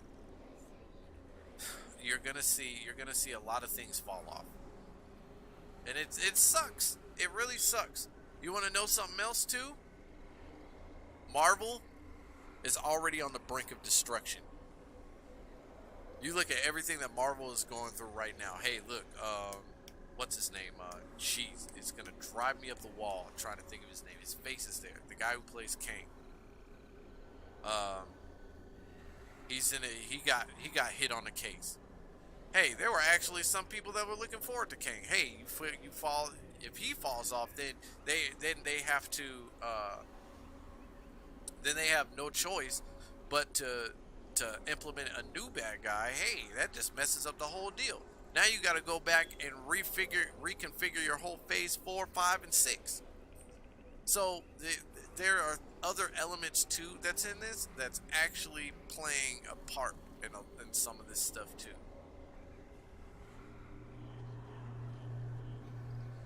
It's a corporate trade over like in Cyberpunk. They control the narrative and it influences government and public opinion. Yeah, definitely. But then there's not much to combat that either, is there? Because when you have business psychology on your side and you have things, you know how to make things look pretty for people, then what? Then you get what you get now. And then we realize this stuff when it's too late and you get strikes like this. Strikes that are going to have negative effects on the very things that we enjoy. We're gonna finish this. They're devoting to it. It's not about comics, it's not about artists, it's about Hollywood, and it's about, isn't it great that Hollywood finally recognizes this? And Hollywood is weird anyway. Like, Hollywood is just strange. Like, I'm not one to normally criticize the lifestyle, but I don't see anything appealing about Hollywood. From all the stories that get told, from even the people in Hollywood, I'm just like, what is so appealing about that? Like, I get that you need to get a bigger reach, a bigger audience, and hey, if you're gonna do it, then that's one of the ways that you could do it. Because we admire Hollywood actors so much that they're almost like God to us. That whenever they do something, it just looks appealing, and we don't ever think about the things that the consequences that could come just from just following them, like the purchases we'll make, the actions we'll take in our own lives to even get to that status. Like, we don't think about those things. And so, like, what he's talking about right here, about like, oh, they finally noticed, they finally accepted us. Well, we've seen what happens when people start to take notice of certain aspects of entertainment. We've seen what happens. Like, normally things start to decline after they've hit like a peak. After they've reached their peak, they start to decline. And that's the whole problem that has infected comics, is the mainstream attention has made comics.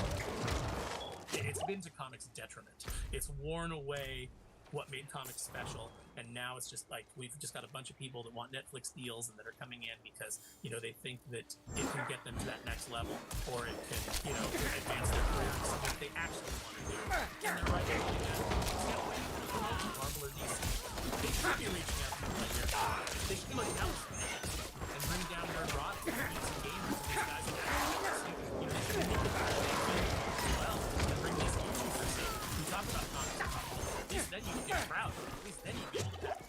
but it was a place where up-and-coming comic book creators, whether it was writers, artists, colorists, letters, whatever, you could go in there, you could present your work, maybe get your name known, and eventually get some work down the line.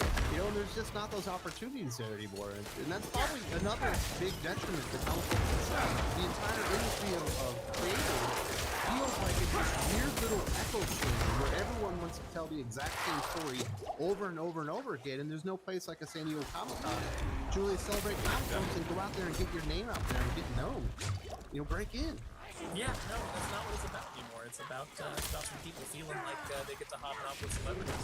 I kind of view Comic-Con as the way CM Punk viewed WWE and his Python.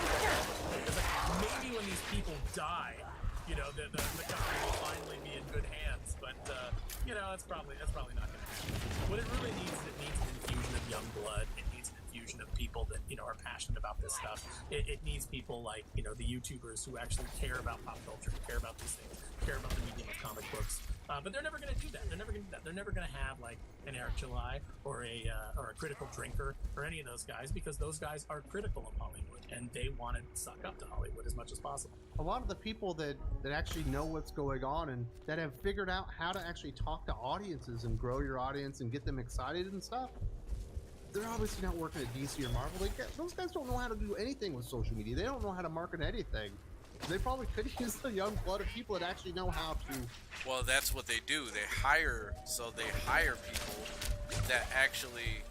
that know social media better than them to actually be able to promote their stuff. If you go on, you can go, and it's not just them that does it. Like most of these companies will do that. And as of late, you've seen a lot more job openings for content creators in certain companies, and they get paid an incentive to actually go on and positively promote things. So like let's say I'm promoting somebody, if I'm streaming, then I'd have a reason to have like maybe a watermark in the corner of my screen or whatever.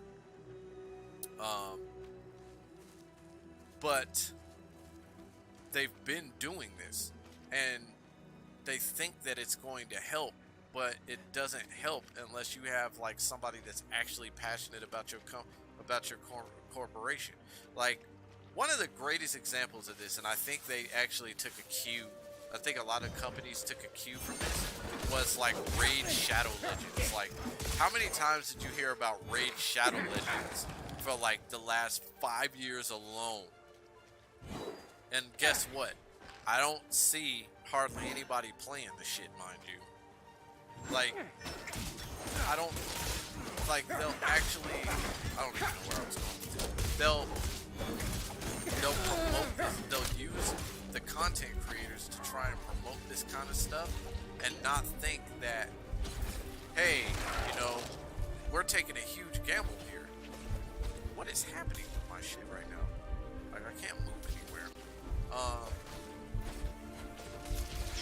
A lot of these corporations are, and they're not in touch with a lot of the culture now, so they have to use content creators to do so. But in the midst of using the content creators, the only thing that's getting in touch with the public is the content creators. So they still are out of touch. They don't have to be in touch as long as they have the content creators to do so. They all think the grass is greener somewhere else. Of course. Don't we all though? I mean, that's the mindset that's used in a lot of in some of business psychology. It's the grass. If they can prevent you from thinking that the grass is greener somewhere else, they've got you. Or they want you to believe that the grass is greener on their side, and then they've got you. So it's really no win for us. This would be perfect time for a content creator union, because content creators are about to blow up through all of this. No. And the reason why is because with things like Twitch going under right now, and you have Kick coming up, and you don't know if Kick is actually going to survive. You have new YouTube. You have the new CEO at YouTube, and you don't know what they're going to change. Like, things are ever changing in this space, And so when you talk about people blowing up, like, they'll blow up, just probably not in the way that you think. Like, people's channels have been nuked for less. So when you start to say stuff like that, it could be an opportunity for channels to, for YouTube to blow up. The question is will it be? And it's really hard to tell in the space, because this is still new too. This is only a decade over, a little over a decade old thing too. Like, all of this is new.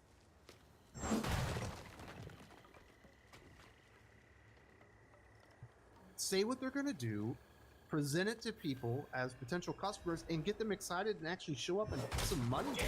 They are going to make money this year at San Diego Comic-Con. No doubt about it. They already sold out.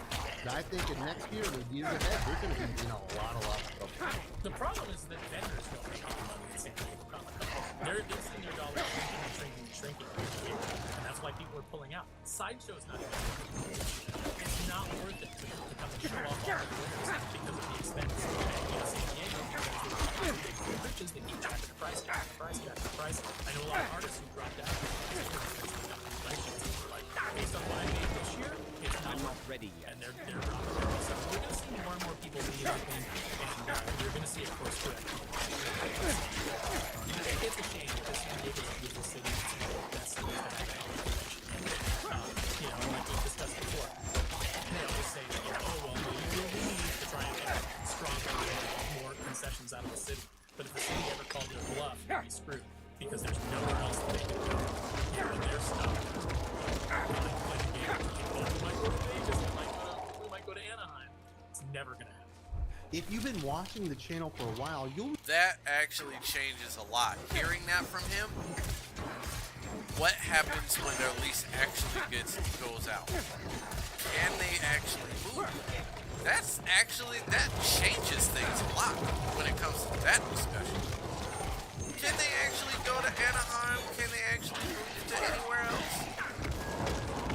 And if vendors aren't making as much money and they pull out, he's absolutely right. Then they lose everything. So they're in a much tougher spot. They're in such a tough spot. You add all of these things together and you just have a recipe for disaster.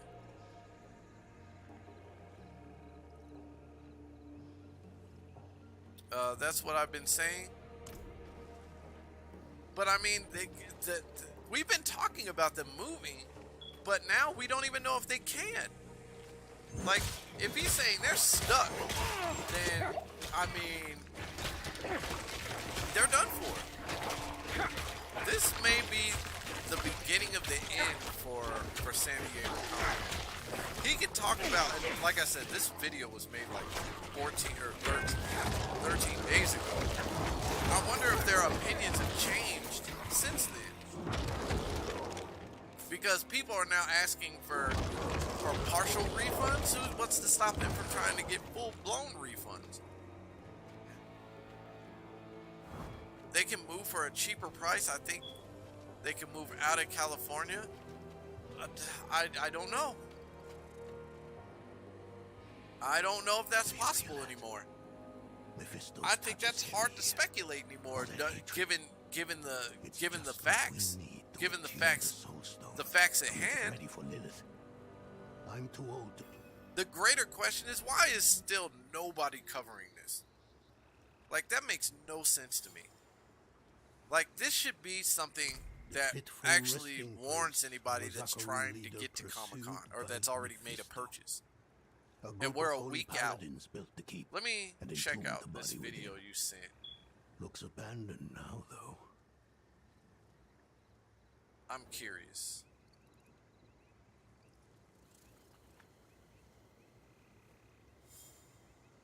Hold up. Because they don't want anybody to know? Well, it's kind of hard not for people not to know, right?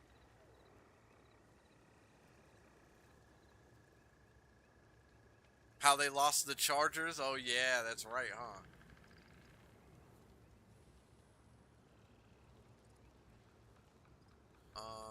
Let's see if I can get this.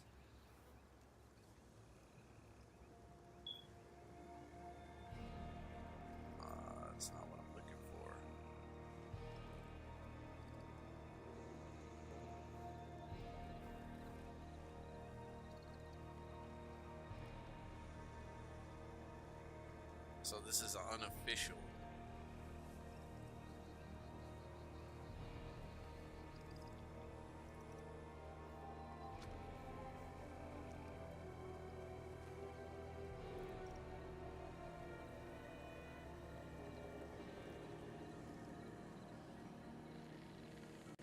So let me see if I can look this up on this one, and then we'll watch it.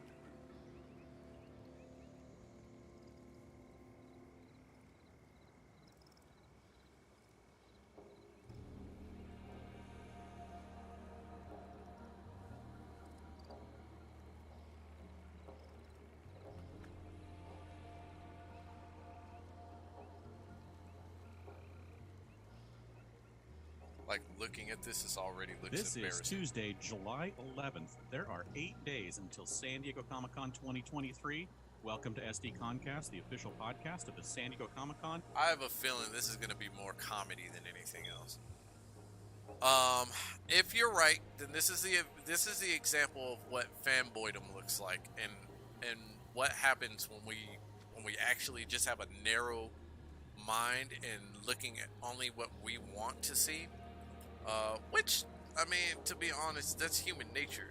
Like, we can't really escape that, right? Unless you train your mind to do so, or you have the wherewithal to even try and do so.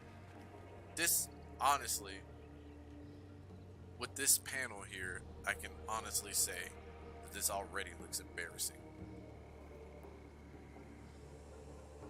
An unofficial blog. Did she? She could be right. Even the air feels laden with an otherworldly sort of. Where does the good stuff start? Do we have a timestamp for where the good stuff starts? Lucio Brio, Carla Cohen, Ralph Paul, and Eric Eatmon Chan. Again, that's booth number 2548. Unless this is like the silence you were talking about. Ralph Paul and Eric. In present-day central western Germany, the universe follows Rico Stahl, an ex-military, as he battles. Well, I think we're going to start with Strike Talk with Carrie, because that is the question. All right, here we go. So, as of right now, it is Tuesday, July 11th. The current agreement between SAG-AFTRA and the AMPTA deadlines tomorrow night, not tonight, tomorrow night, basically at midnight. And there are three options here. Number one, they reach an agreement and they don't strike. Number two, they don't reach an agreement and they do call a strike. Or option three, they opt to extend the deadline for a second time. What's going on right now is that there's been like a bunch of, I don't even know, like back and forth in the press. Like today, Variety posted that like several producers, like Bob Iger, wanted to get in a federal mediator to help with the negotiations. They were really hoping that like SAG was going to like, well, we are. We'll do that, but you leaked that to the press before you even told us, which is not a great sign. And then, like, they did not agree to extend the deadline. At least yet. I mean, again, anything can happen. So, the other big news is that SAG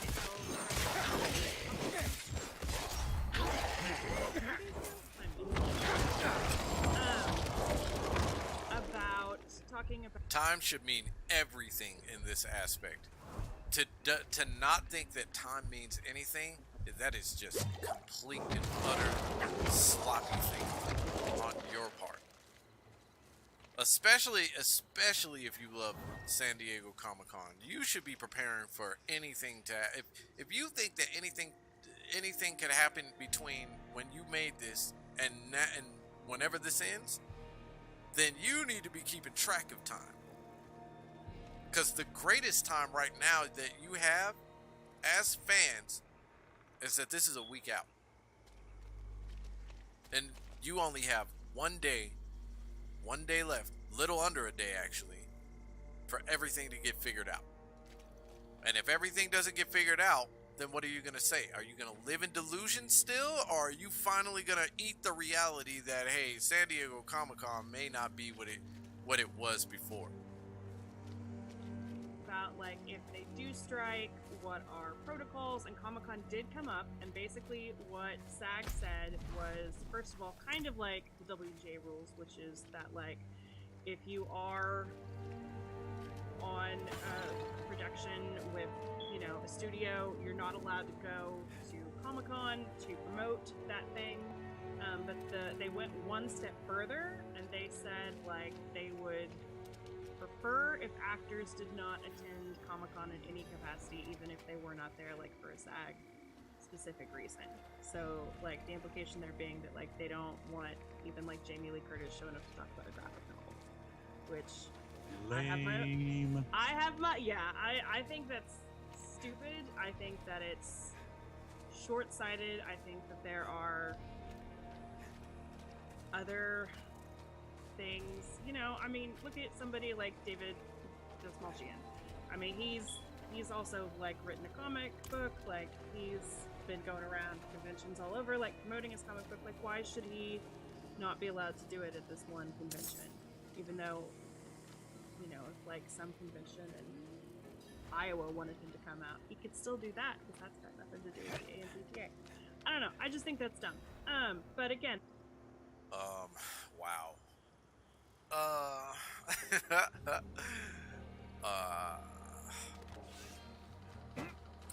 This is truly an example of fandom right here.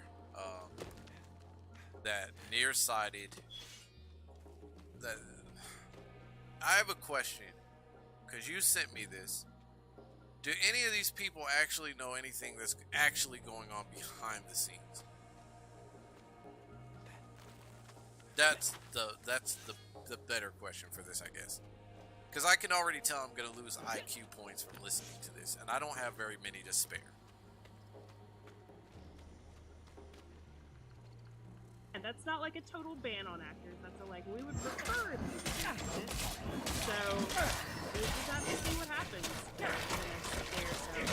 It's gonna be real interesting. But hopefully, if you've been watching from the beginning of this season, you have at least prepared you. It's so unfortunate. I just wanted to say it's such a good opportunity to talk about what's going on, because, you know, the rest of us will rely on Fred Talk with Terry to know what's going on. So it would be a great opportunity to learn about the world from the writer. Yeah, absolutely. And there are the WGA, they have some rules, and there are several writers who are mentioned. They're allowed to talk about, like, general topics. In fact, I know Amy Berg is on a panel where basically, like, they will be talking about, you know, like, the importance of writing for TV. Like, why does this matter? Which I think is great, and I think that's going to be a really cool platform. Like, to get the... That's boring. Nobody cares about that. When they go to a con, they are not going there to learn about anything. They're going there to buy shit. They're going there to learn about their favorite franchises. And I can almost guarantee you that those shows are going to be empty AF. Straight up.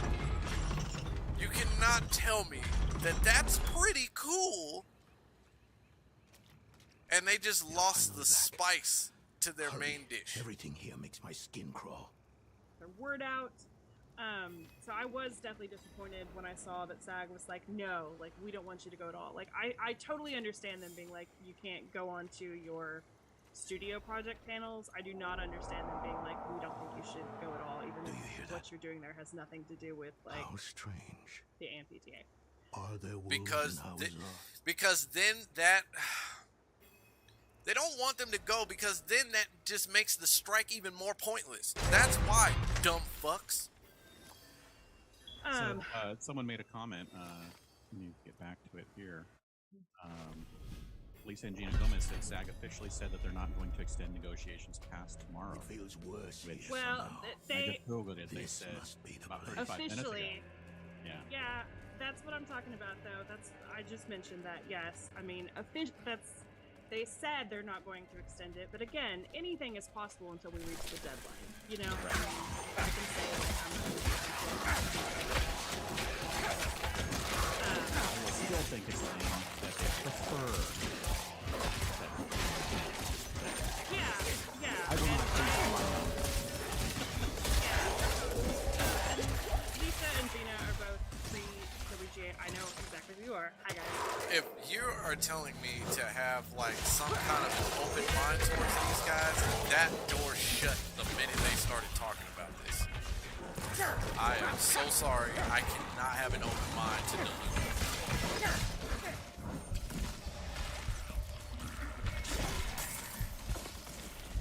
So I mean, they're totally welcome to their opinion, and totally welcome to ours. That's okay.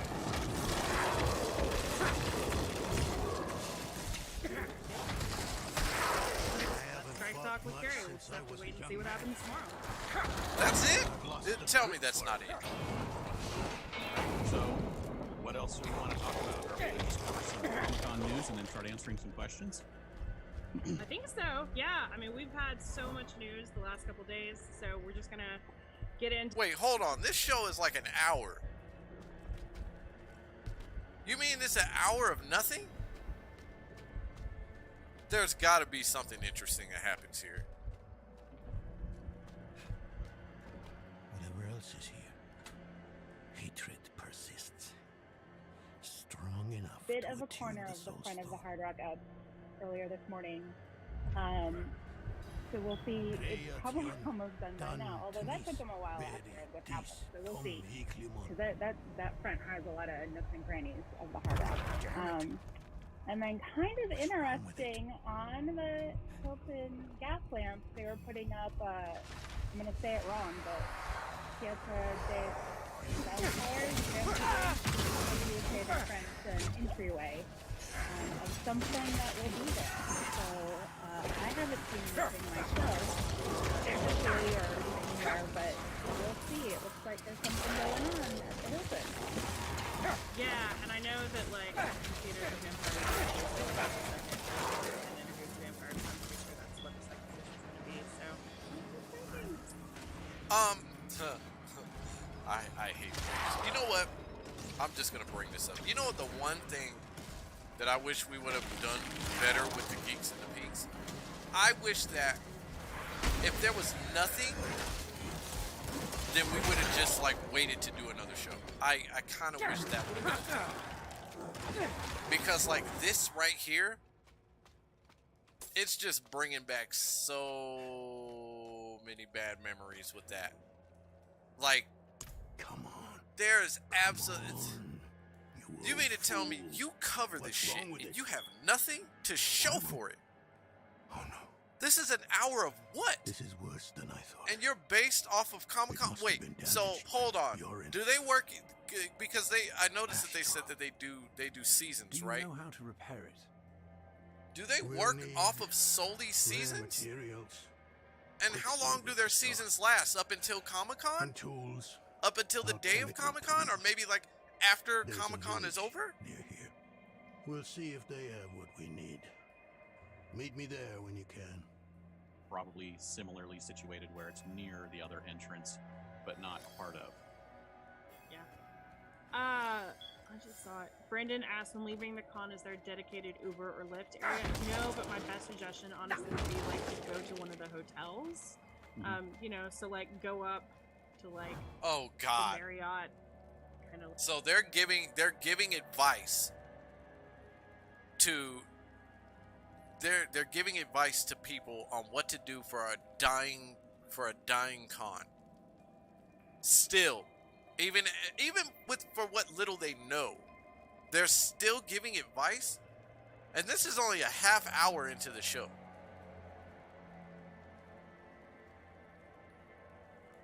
Oh, can we address this? I'm so sick of this. I'm really getting tired of this.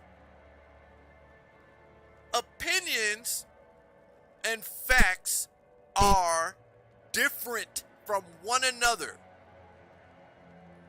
Can we get that much settled Finally.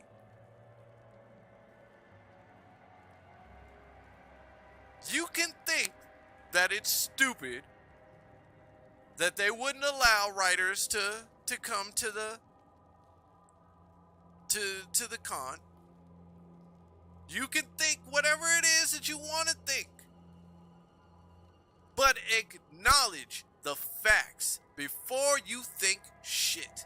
Can we, like, that is like the most basic of deductive reasoning ever.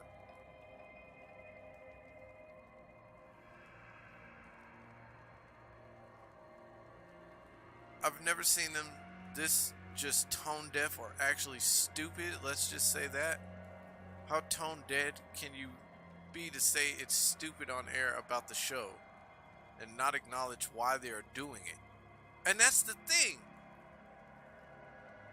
And you defend this with, well, you can have your opinions and we can have ours. Do you know what's actually happening, though?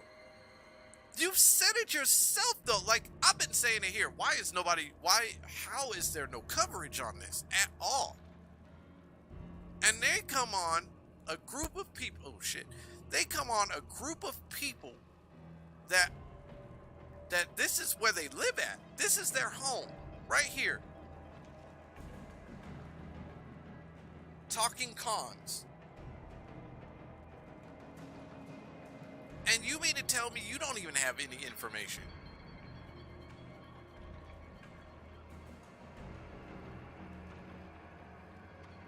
To actively say that to people from the WGA in your live chat is horrendous. Well, and that's the thing. And I don't think they really give a fuck, to be honest. I don't think the WGA actually cares about any of this, anything that anybody has to say. They're just looking to get stuff done. So yeah, you're right. You can have your own opinions. But what do you have an opinion about if you know nothing? If you don't know anything, then how can you have an opinion about something? Like, it's clear as day what's gonna happen. Like, anybody with a half a gnat's brain can see what's going on. I don't know. It's just nuts to me. Give me a quick second and we'll get back to this.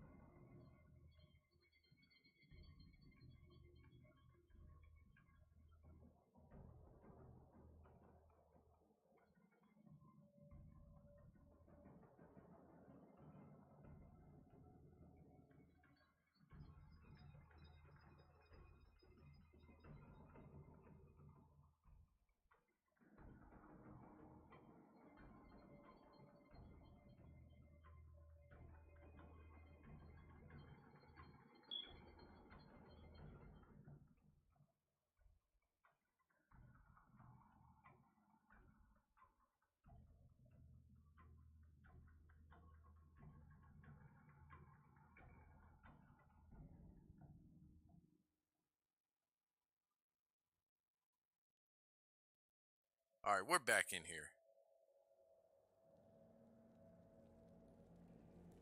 They have responsibility to be objective or at least sensitive to both sides. Here's the deal, because I was actually going to say this much. This is so fucked up in the place that we're at right now. In society right now.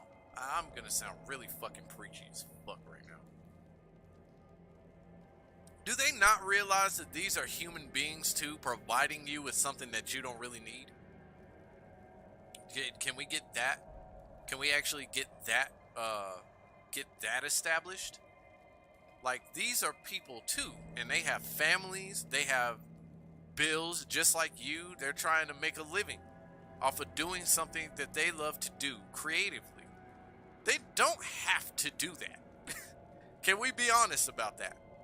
Like, I love video games, I love all this shit, but is it a necessity? Probably not. But then I could go further than that too. Are restaurants really a necessity? No. Because you could go out and do anything without spending money. The truth of the matter is that this right here is also an example of like a form of entitlement. Like, well, this is something that I love, so I think that this should happen anyway.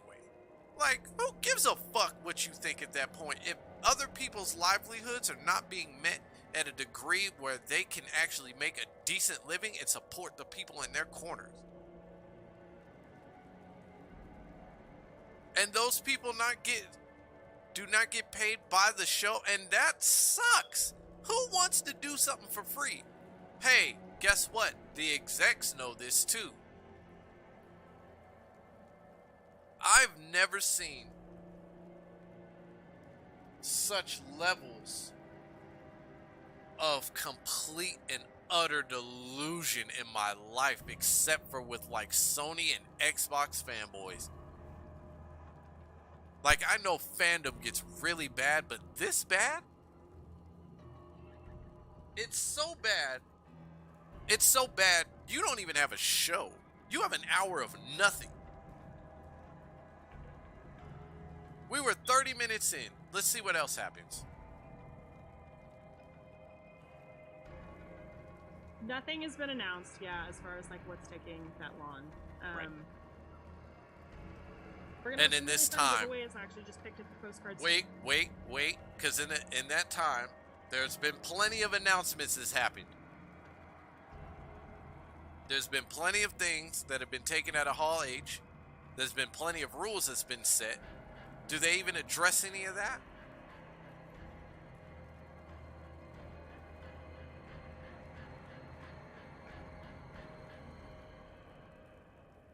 But wait, and I'll do you one further. They don't even work for this company. They don't work for it. What do they stand to gain from any of this?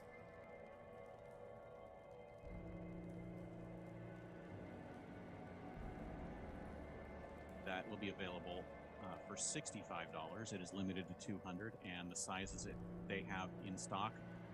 Hey, guess what? They got a Twitter, right? They should be able to know what's getting removed from Hall H by this point. When did this come out? This was 16 hours ago. Wow. Absolutely nuts. This is the dumbest shit I've ever seen in my life. This is straight up the stupidest shit I have ever seen. They're trying to play their audience, trying not to freak them out, I guess, but this is embarrassing.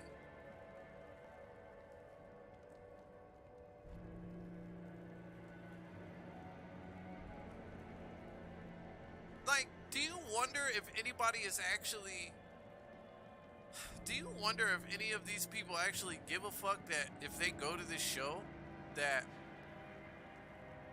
it's not going to be what they expected? To put it in perspective, then what they addressed in this podcast, I believe, yes. They have nothing because they're trying to sell a dying...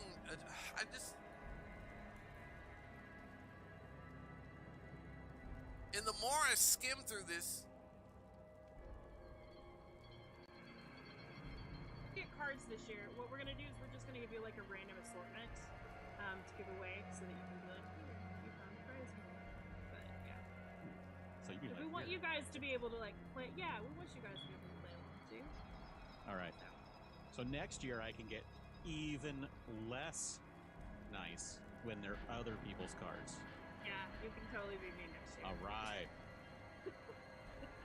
seriously. All right, I'm over this. I wonder if anything else has come out about San Diego Comic-Con.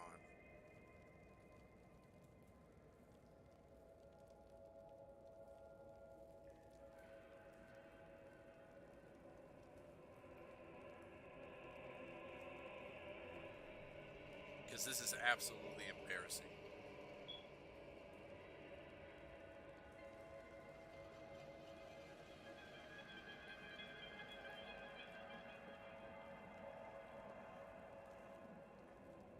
Oh God, there's another one.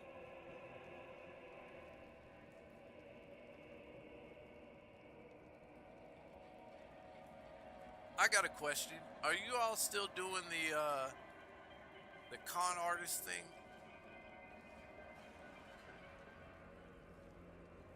Because if you are, this just would have been a perfect time for y'all. Like straight up.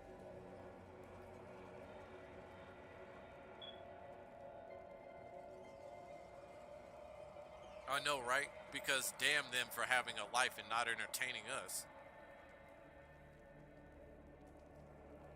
Oh, this would have been a perfect opportunity for y'all. I think this would have been the shit that fucking set everything off.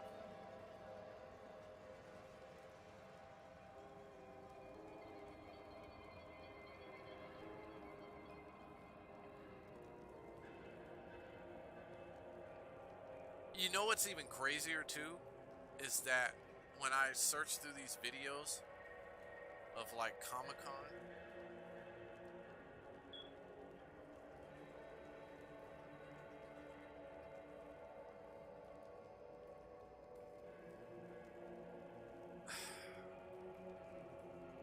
the crazy part is that when I sift through this, the most views that I've seen so far is 1.8 million, and that's like from 2 years ago.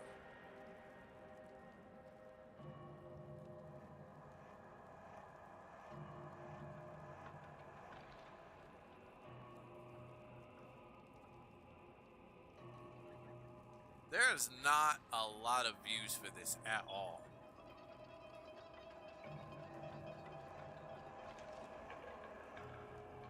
This is crazy to me.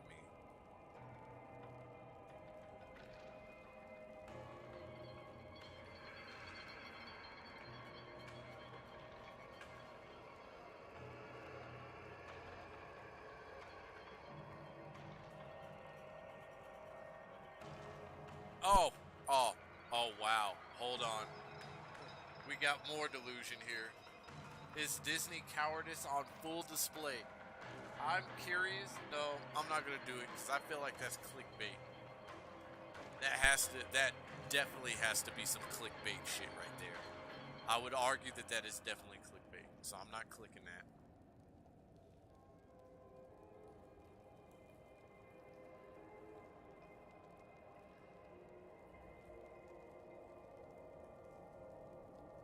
Somebody says cons are over.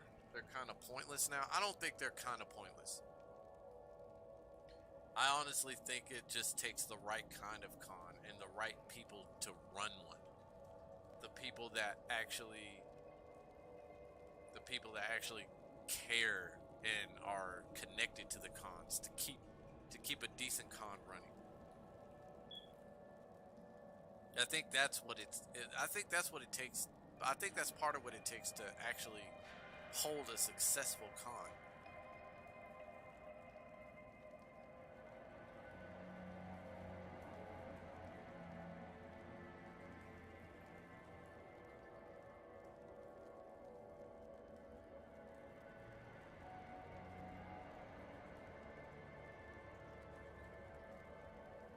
Hell, the Anime Expo is proof of that.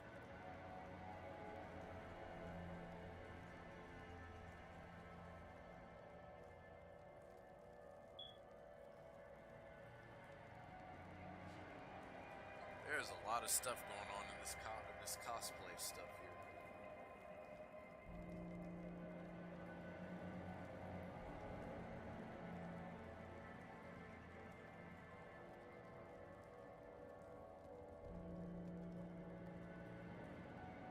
Yeah, there's nothing. There's nothing else. Let's. Oh, you know what I'm gonna do?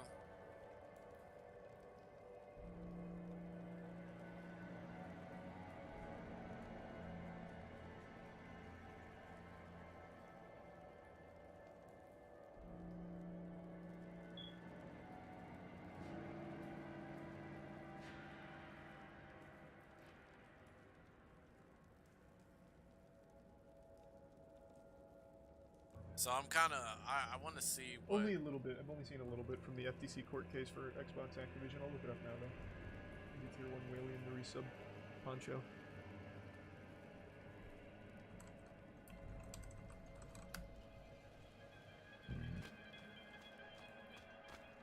Nice.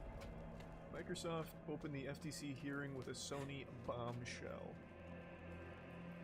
Day one of the FTC versus Microsoft hearing was all about a surprise email, Xbox executives, and a costly cloud. The exchange between... That was 2 weeks ago, so that's my bad.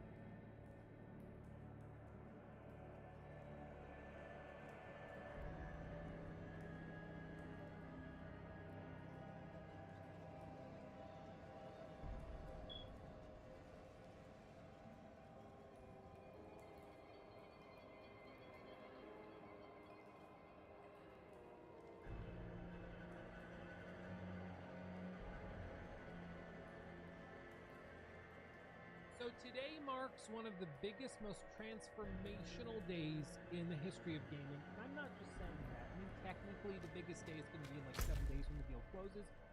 But today is the day when it's basically settled, which is that the FTC has failed to argue their points in front of a judge, meaning that they're pretty much cleared and good to go as far as the US is concerned. The deadline for the deal is July 18th. There are still a couple of like lawsuits and stuff that in theory could clog this up in the States, but it's extremely unlikely that anything of note really happens after this. And as I've told you guys before, often the best way to know whether or not a deal or a merger or acquisition is going through is simply to look at the stocks involved. Because stock traders and investors on Wall Street that have billions of dollars on the line are doing their homework. They're paying people to listen into court hearings and all this so that they can have an edge on other traders and know whether or not this is going through or not. And as we've seen just today, the deal is actually causing the stock to spike up a lot. You can see this morning it was trading at $82 a share.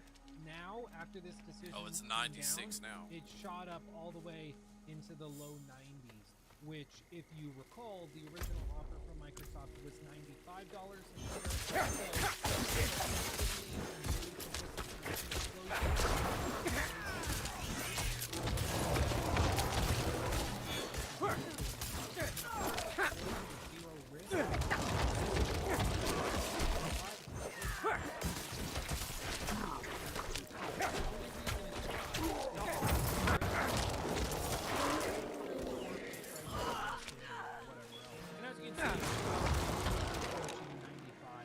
And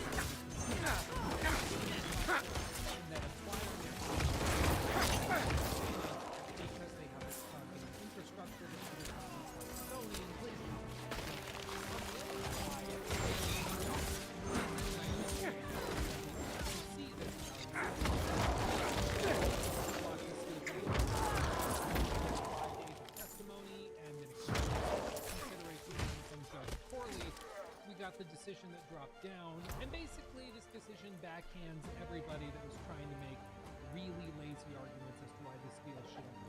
Just to be clear, I don't like that Microsoft is able to just come in and pay cash for massive companies that fundamentally change the gaming landscape forever. I don't love that, but it's a reality of.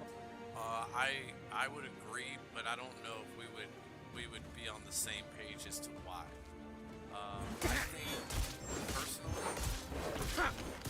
that with Microsoft being able to stuff, it just kind of removes accountability for their own studios, and it makes me question their own abilities to create things and not just rely on the backs of third parties.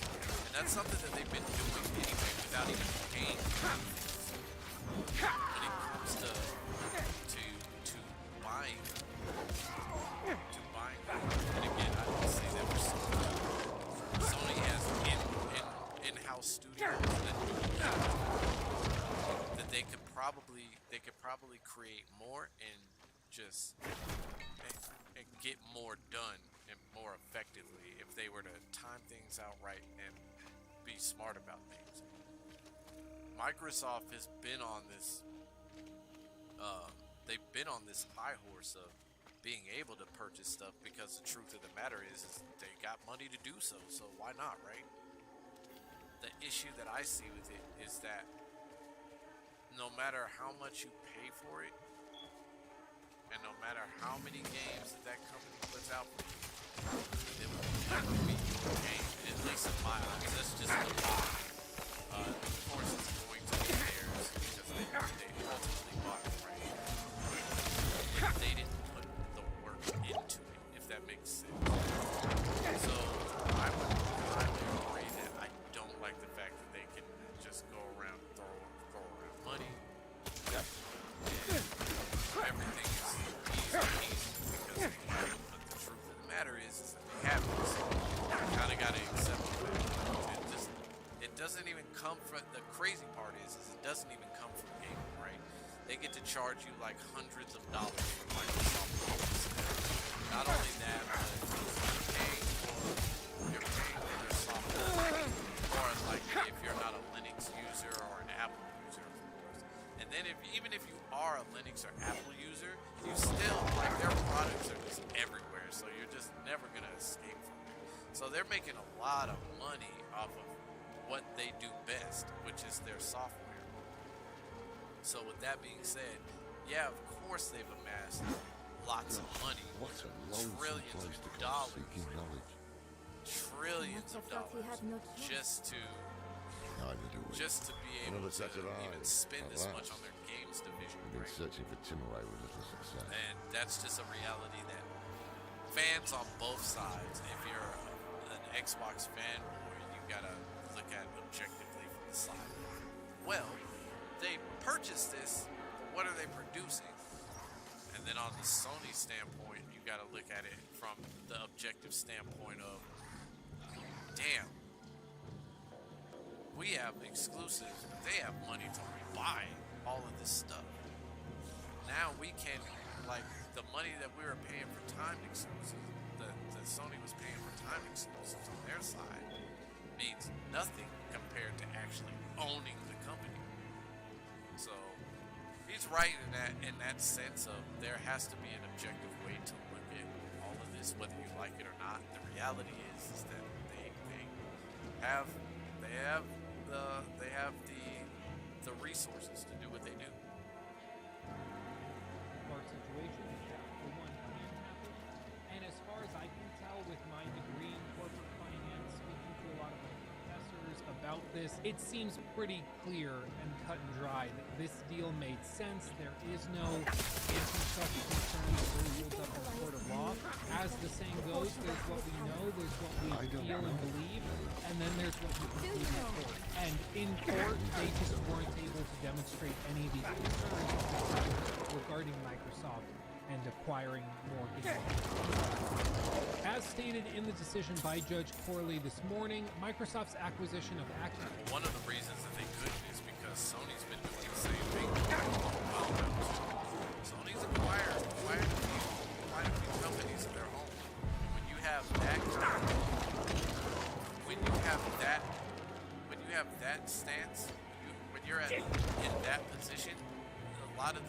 you say in court are actually more likely to work against you.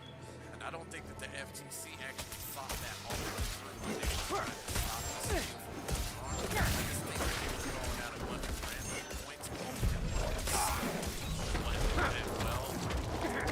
and say what you want about the judge, but I mean, even if you're not in even if you're not in touch with the gaming space, you have to have some sort of business sense. And honestly, there's just no way to with all of the stuff that Sony has done. Like how can you think that you're had a chance to win? I'll say that. Division has been described as the largest in history. It deserves scrutiny. Absolutely agree. It deserves scrutiny. That scrutiny has paid off. Microsoft has committed in writing, in public, and in court to keep Call of Duty on PlayStation for 10 years on parity with Xbox. They go on to say it made an agreement with Nintendo to bring Call of Duty to Switch, and it entered several agreements to bring Activision's content to several cloud gaming services, not just Nvidia and some that are specific over in Europe. They say the court's response. You know, the one thing I didn't think about in this whole case is that I didn't think about how much in Switch sales that might actually that Call of Duty promise might actually hold for us. Like, we haven't seen a Call of Duty on Switch yet, if I remember correctly. And if we were to see one on Switch right now, like, Tears of the Kingdom already boosted sales for the Switch, right? But imagine that like, PlayStation in Japan, never seen it. So it's like, yeah, why wouldn't they try to stop it? Responsibility, while narrow, is to decide if, notwithstanding these current circumstances, the merger should be halted, perhaps even terminated, pending resolution of the FTC action. They go on to say the court finds the FTC has not shown a likelihood that it will prevail on its claim that this particular vertical merger in the specific industry may substantially. To the contrary, the record evidence points to more likely. Motion for preliminary injunction is therefore denied. And again, this is a big deal because while the FTC can, in theory, appeal this decision, it's unlikely that that will be taken up by further higher courts. And even then, there's questions about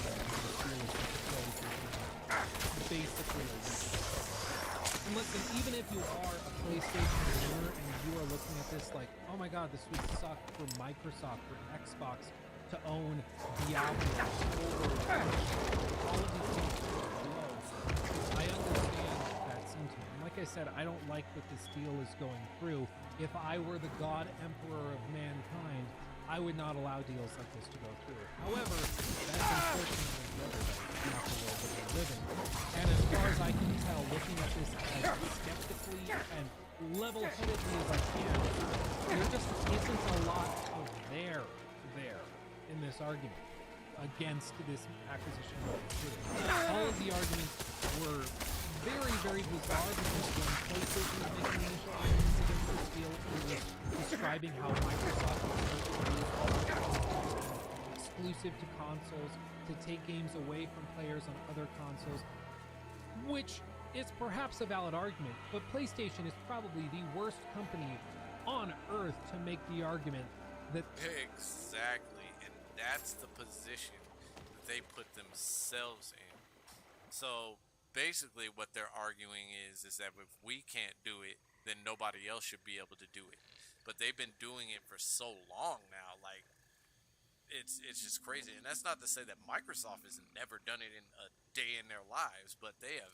But Sony is like the worst offenders of this ever. They kept content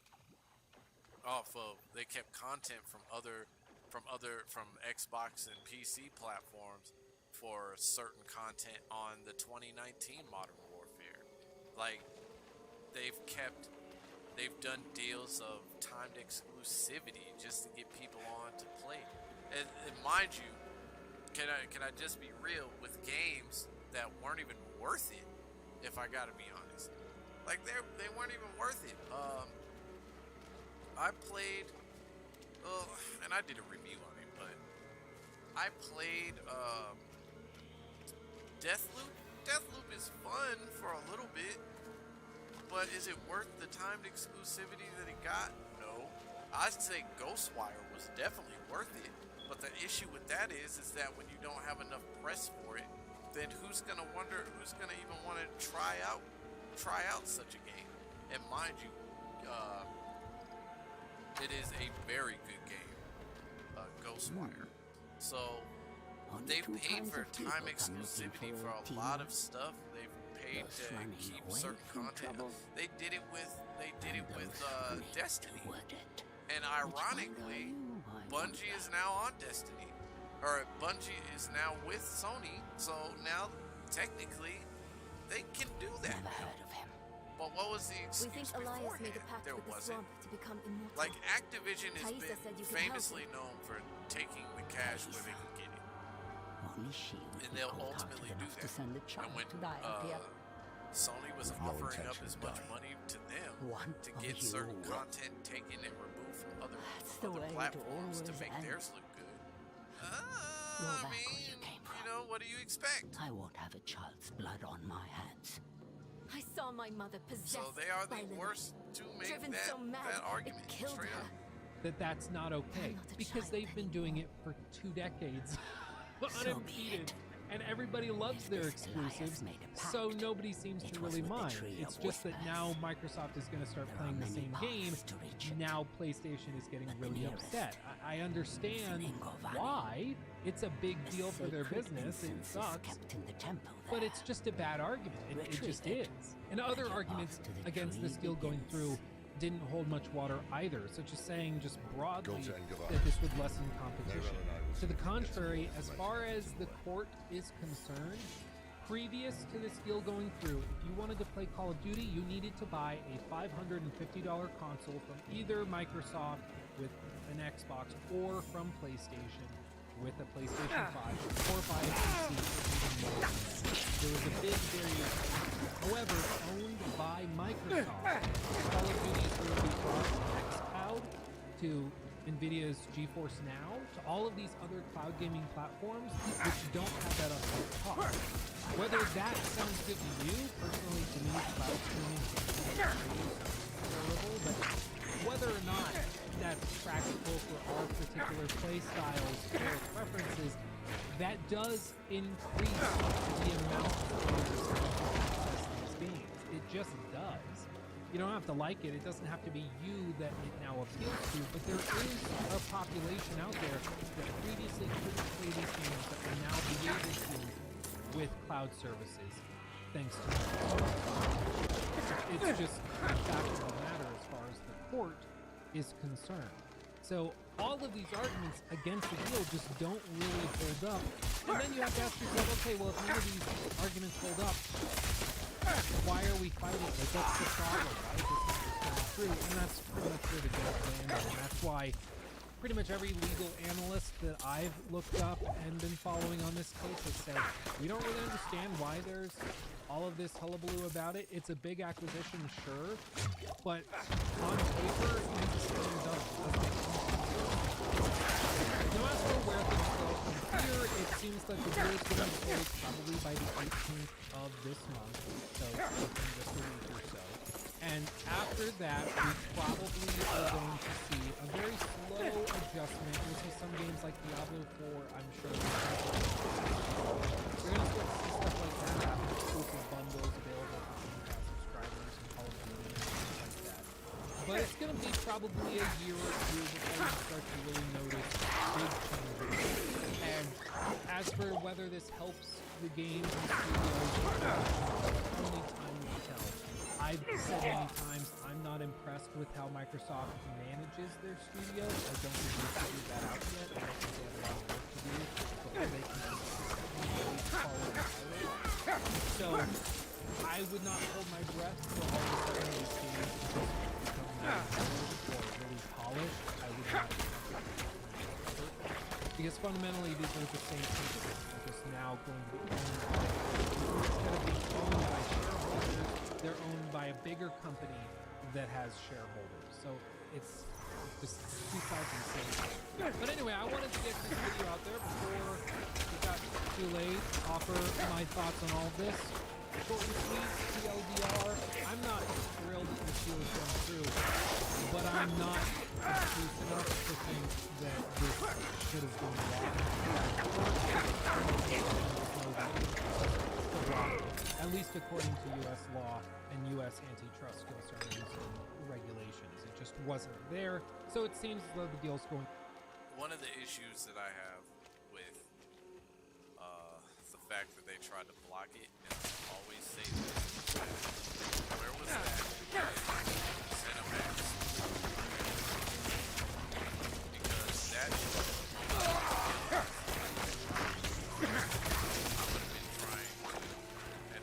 I would have been trying to rush on that because they have some beloved franchises on there too. And when they didn't think about that, I mean, they already lost one big franchise, and now lost. Or they haven't lost a big franchise. They lost their chances of getting the conference. And they didn't really think about that. Which just kind of goes to show, like, Jim Ryan should probably shoot. If I gotta be real.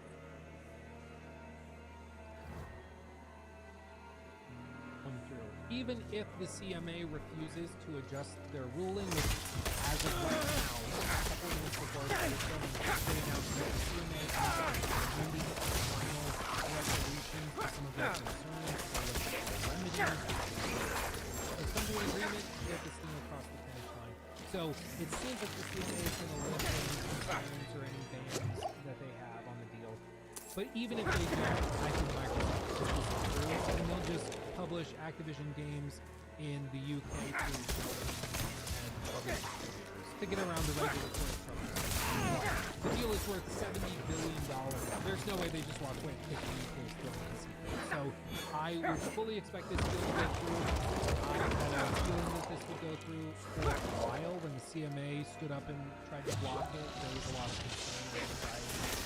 Over time, that settled and the FCC stepped in. But I think from the moment that the hearing started with the FCC, like 2 weeks ago, whenever it was, everybody knew that this probably was going to go through. That's why Jim Ryan didn't even follow up. That's why a lot of the testimony from the FCC lawyers was hilariously bad. They had to slap out lawyers and all sorts of stuff. It was just a mess, and frankly, it's because this whole debacle was never really based in legitimate regulations or laws concerning this acquisition. It was always tied up in provisions such as corporate policy. As a result, the system worked over time. It settled the issue, and everybody came to an agreement. Whether you like it or not, this is allowed. Yeah. The games industry is changing a lot today. Probably in about a week. Effectively today, things are changing a lot. So, let me know what you think of the whole deal, of all of this stuff going down in the industry as a whole is changing regardless of whether this deal went through or not. I don't know if it's going in a positive direction. I don't know which direction it's going in. But I will say that entertainment that we consume definitely going to change. I mean, you got cloud, now you got cloud services. Like, there's going to be a lot of things that we see that just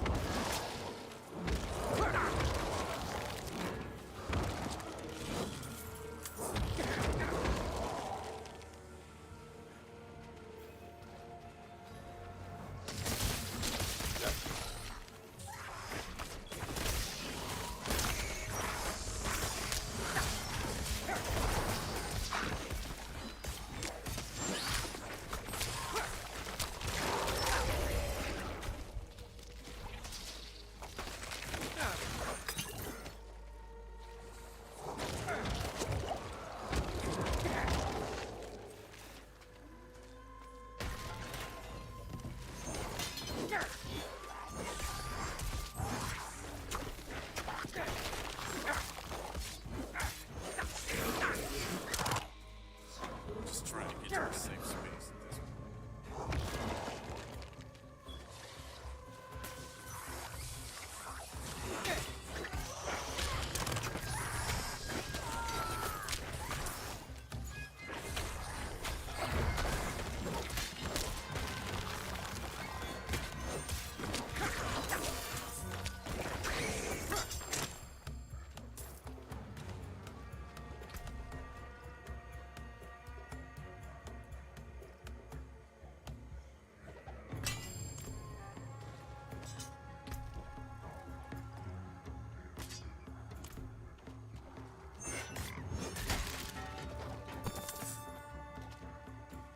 These bandits will not leave well enough alone. We have lived peacefully in these swamps for as long as anyone can. The door bears an image of a snake. Her eyes are missing. Let's see what Perhaps returning them here is the key to opening the way.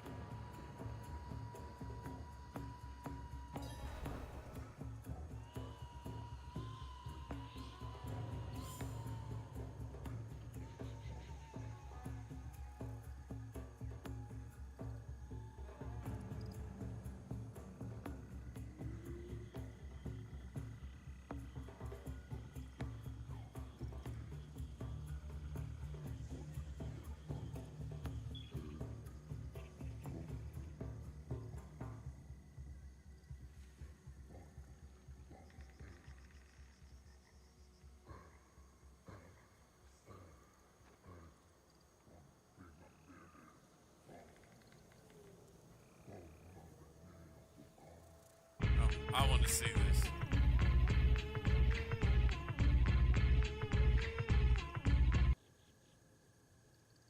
Hear how pathetic that sounds. Just so that y'all can save money and get garbage in the process. You see how EA had to redeem themselves?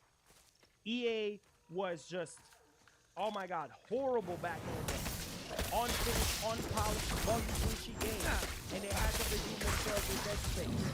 They had to redeem themselves with Jedi Survivor, even though that game was buggy and had some glitches, but at least it was a decent game. At least EA tried to redeem themselves by putting out quality games. Keep doing the same stupid, moronic thing and expect that you're going to win. Look at EA as a prime example. Yo, calm down, killer. What's wrong with you? Ladies and gentlemen, this is a different kind of hurt right here. This guy is hurt. I understand the guy might be trying to put on a show. As far as I know, EA still hasn't redeemed themselves, though, have they? I'm sorry, but Dead Space ain't gonna do it all the way. And then at the same time, you had what? You had the remake of Resident Evil 4 come out. I didn't hear anything about Dead Space after that. For his subscribers and blah blah blah. It doesn't matter. We have the video of you losing your mind, damn near breaking your desk over Xbox. Look, man, I don't have a problem with Marlon Gaming, right? I think it's pretty obvious he's a PlayStation guy, but there's times where he tries to play neutral. There's a lot of guys that tries to play neutral, but deep down inside, we know the truth. We know you prefer PlayStation, and that's fine. Just don't try to play neutral, because it's bullshit. When you try to play neutral, when you lose your mind, when you get sad, when you get hurt, that's when you do stuff like this. And you leave content for guys like me. Look, man, the things that's happening with Xbox right now is causing all types of pain in the PlayStation community. These guys for years said they wanted Xbox to compete. They wanted Xbox to be a $1 trillion company. I'm sorry, act like $1 trillion company. And when Xbox is doing these things, they lose it. This guy said, redeem yourselves like EA and Ubisoft. What the hell is he talking about? Ubisoft is looking real sus right now, right? Ubisoft is struggling. And I'm a fan of Ubisoft games. EA, yeah, they're doing fine too, but this guy brought up Dead Space from 2000, what, is it 9, 2010? He meant the like, man, no. We know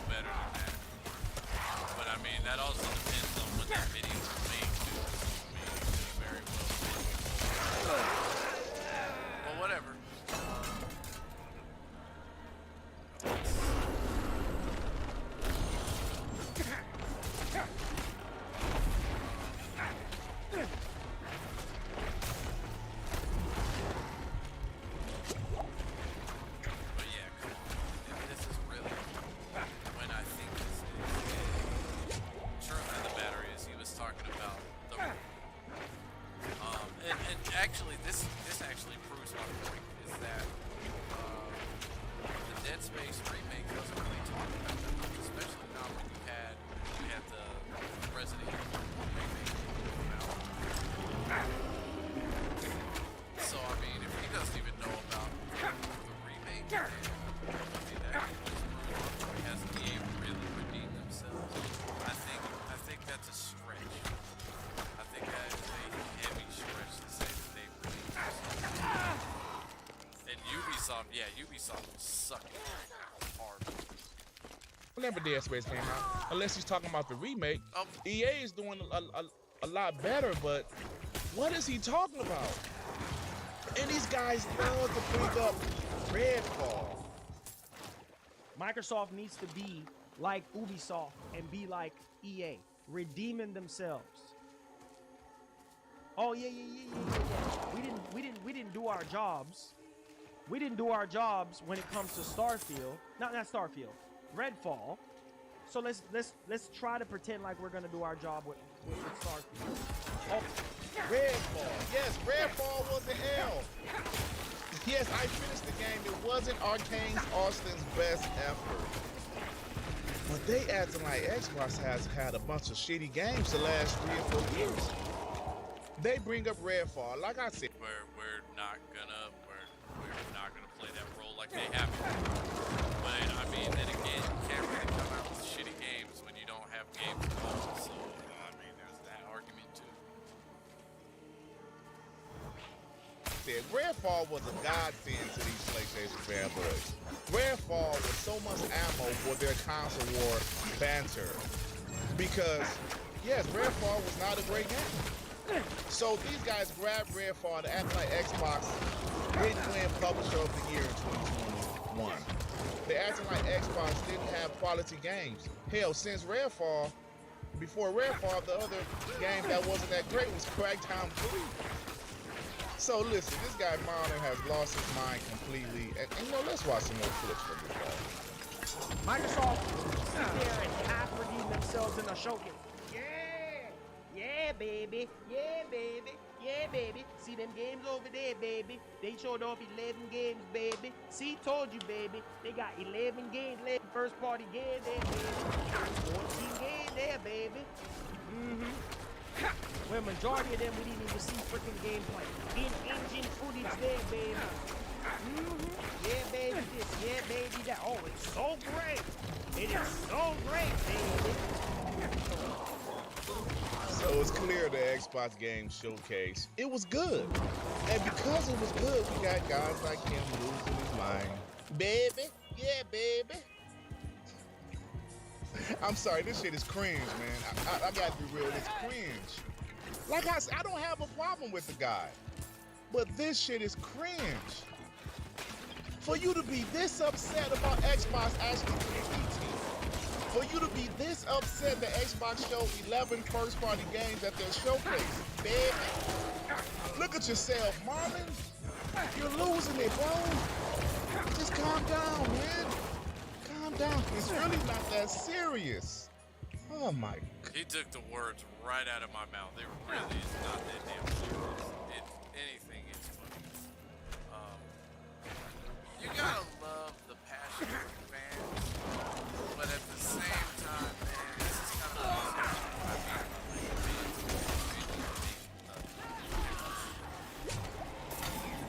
fanboys really turn things on me. Because when I see that, I'm like, crap, why do I want to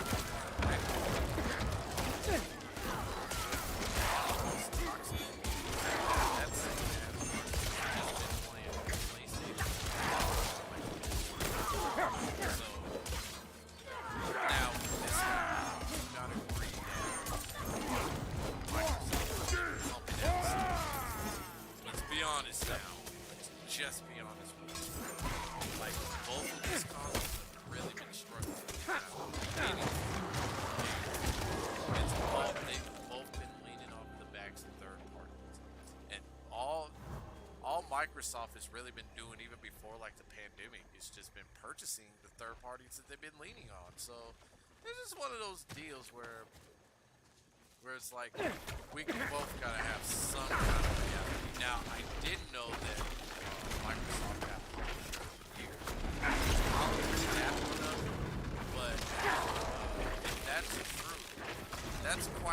for not having any real games at all. So I give them credit where credit is due. Hey, guess what? Microsoft knows how to put on a show.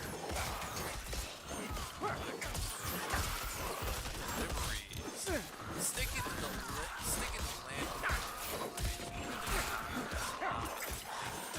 And I think and I could go back to from the beginning of the pandemic, they struggled with that. To me, that just begged the question of how are you trying to make streaming games popular if you can't even stream a showcase right? And I mean, over time they got it right, and it was nice to see some of the games. They kind of leaned on what PlayStation did for this last one, which was get to the games before the other companies do, so that it looks a certain way, so that maybe it looks better coming from Xbox. That's a PlayStation thing. So it's kind of cool to see that, but at the same time, it's just like I'm more practical than that when it comes to exclusives and what's not exclusive, especially for like PlayStation fanboys. They really love to bend the rules with that. They love to sit there and say, well, the PlayStation has plenty of exclusives, and it's just like, wait, but that's a third-party title, so how is that exclusive? Unless they have like different rules between you can't just assume that they've made time exclusive for every single third-party game. Like, that's just not possible. Like, especially not when they're paid. I mean, their company worth is only billions. It's not like it's really. They don't get the same revenue. They don't have the same fiscal leeway as Microsoft does. So I don't know. Like, I think like for both sides, we got to be able to look at it from a practical standpoint.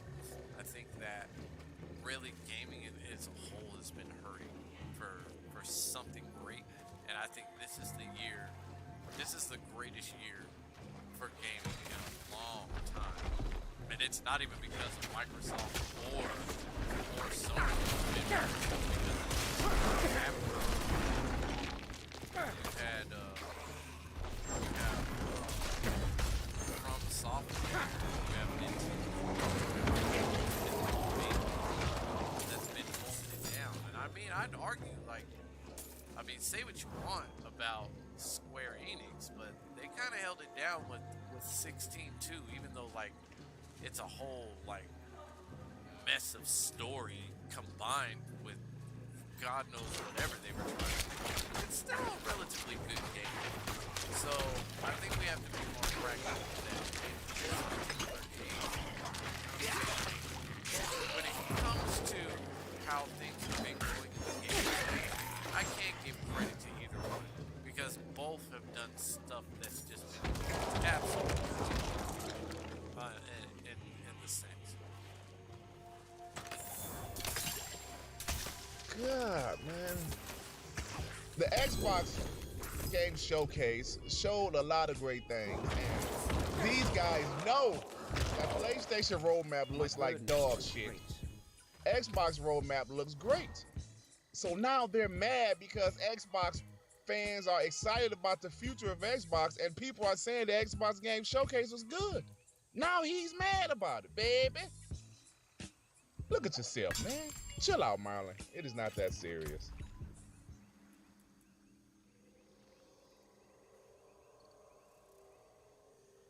There you go. There you go. There you go. There you go. There it is. There it is. There it is. Power your 30 FPS dreams. Yes, power your dreams. There it is. There it is. There it is. There it is. I was waiting for the old 30 FPS shit. Starfield is 30 FPS. The Xbox Series X is the 30 FPS console. Listen, crying is therapeutic. Go ahead and get your tears out. Get it out. I know we're making fun of you, but this is for your benefit. Crying helps the soul. It's okay. If Xbox is really hurting you this bad, go ahead and cry and let it out, man. Do it live on YouTube. People love that.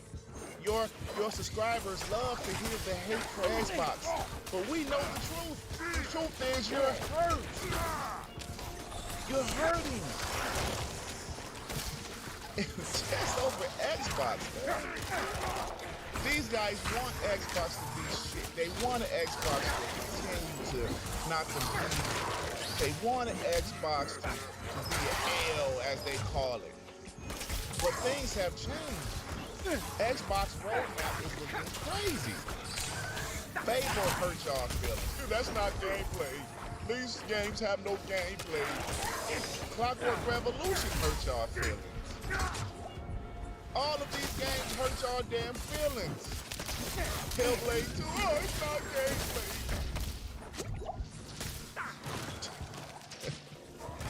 Oh man, listen, like I said, he plays like a neutral, but everybody knows the truth. If you guys have the testicular fortitude, just say what you really want to say.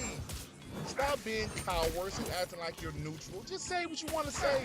Because when you play neutral, then your true feelings come out, like Dreamcast Guy and Marlin Gaming. Then people roast y'all stupid ass. Dummies. More games looking like Halo Infinite when they first showed it off. No, you want to oh, Microsoft. Oh, Microsoft. Give me that Game Pass.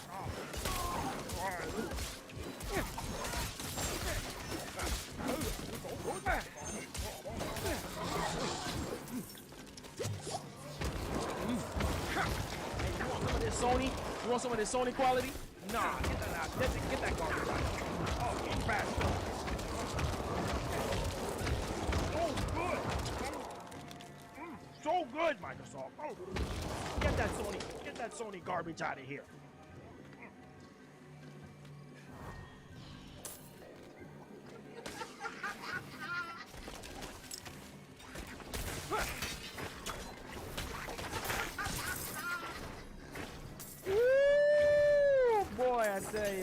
I tell you. This guy is trying to be entertaining. He's doing Cookie Monster jokes. Yeah, that shit is not funny, bro. It's not funny. It's downright embarrassing. Don't eat cookie. Yeah, that's downright embarrassing. But we can't act like Microsoft just deserves all the praise. Like, right now, my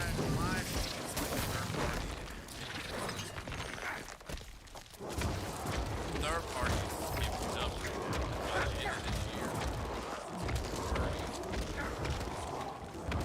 People are gonna be more satisfied in the gaming space alone than they've been in years. So, I mean, we've only just, it's crazy.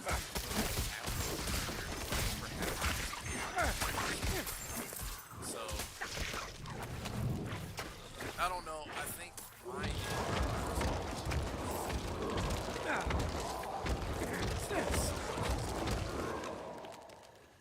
yes, I do think they need to redeem themselves, but I think Sony needs to redeem themselves.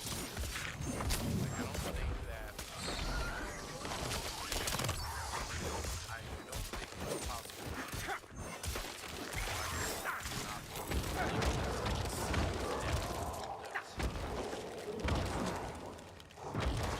What's the word I'm looking for? Their faults as well. Like they've had a lot of faults.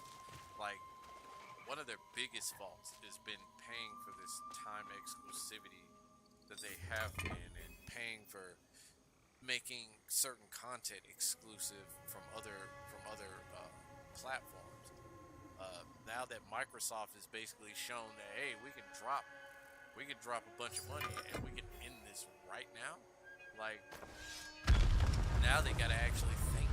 Now they gotta actually come up with something to do. They gotta come up with a plan to actually do it themselves without pulling it. because all Microsoft did was show them that, hey, we can play that too. We just do it on a bigger scale. We can do it so that you will never be able to do that again. And they did that. Oh my God, this shit is cringe. This guy is saying us Xbox guys, we're just taking Xbox Game Pass and we're eating it like cookies and taking all types of BS. And I'll argue this, is that if PlayStation would have capitalized on some of the things that Microsoft has earlier on, like PC and all of this Game Pass stuff, like with the PlayStation Plus a little bit earlier, they might have been able to. When you work with that, it ain't broke, don't fix it mentality, then you get this. And now they're behind in certain areas. Like, I've played some of their cloud stuff. It's cool, it's good, but they have a lot to work on as far as like latency goes and everything. And I don't think anybody's really gonna perfect cloud for at least another maybe a couple of years, maybe 5. Like I said, cloud gaming is relatively young, so honestly, I can't give either one for you. I will say that I have found it more appealing to play on PlayStation at the moment, just because I don't find anything personally like appealing about the Xbox at the moment. But you know, that could change. It could change within the next couple of months, and see what happens with Starfield. It's definitely gonna feel weird.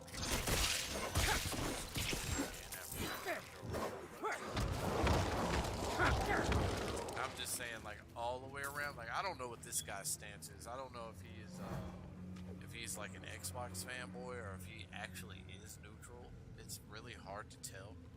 But truth be told, like, the show, the Xbox show, wasn't all that great. It was better than Sony's. Definitely better than Sony's State of Play. Definitely. Wasn't that much better. Not to me. Xbox Game Pass and eat a cookie. You know, this guy is almost putting himself in the same category as Dreamcast guy. What is he doing? Why is he so angry? Why are you bringing the Cookie Monster into this? The Cookie Monster is the legend. Why are you bringing him into this bullshit, sir? The Cookie Monster has nothing to do with this. So Xbox Game Pass, Xbox period, is just upsetting these ponies. I haven't seen meltdowns like this since, I don't know, maybe the PS3 generation. I mean, and you know, YouTube and stuff wasn't popping like that back then. But the meltdowns is pure entertainment. This isn't the first, and it's definitely not the last. Wait until the Xbox. I'm not gonna lie, I thought he was talking about like Xbox fans having meltdowns, but no, PlayStation 3 was just really, like, they had a lot more games than they do now, but PlayStation 3 was just really bad start. They had a decent finish, but it wasn't as good as Microsoft's. Like 360 really, the 360, and then on top of that, you got to compete with the Wii too. Like, holy crap, man! Like, you're just getting it from every end. Xbox ABK acquisition goes through. Wait until that shit goes through and Microsoft closes the deal. Oh man, I am going to take a couple days off of work just to collect all of the pony tears and do content, because it's going to be glorious. Absolutely glorious. Cookie Monster. That's what we want to be. We want to eat everything. We don't care what it look like, what it tastes like. We don't care. Because Xbox fans lack taste. They don't have no taste at all. Anything Microsoft puts out and put it in Game Pass, we gonna eat it all up. Freaking shame. Get you that Game Pass cookie. Here you go. Here go that Barbie cookie too. Here go that Barbie cookie and that Game Pass cookie. Now this last clip is pretty funny. He says, Xbox fans have no taste. We have nothing. We just take whatever Microsoft give us because it's in Game Pass, and that's why he did the old Cookie Monster analogy, and Xbox has those games and they have no taste. Now you're insulting Xbox fans, sir. That's okay. Go ahead. Because I know when the pain hurts your heart, sometimes you say things you might not mean. Hell, maybe you do mean this. But I just want to tell you that if you need some therapy, there are places that can help. If Xbox being competitive hurts you this much, there are things that you can do, sir. There's things that you can do. He's down bad. And shout out to my homie Tsunami South for pulling these clips and posting them on Twitter. It's been great. Look, y'all. These PlayStation guys is losing it. They're losing it. And like I already said, this is not the first, and it's definitely not the last. But look, it's time for me to get up out of here. If you like this video, please hit the... Can I be real with you? All of you fanboys need therapy of some sort. Like, straight up, like, you all need help. You need, like, a reality check. Like, this is not the end.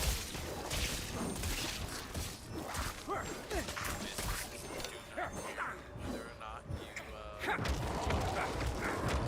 even though I did handout bags, I don't know how true that is, but they're gonna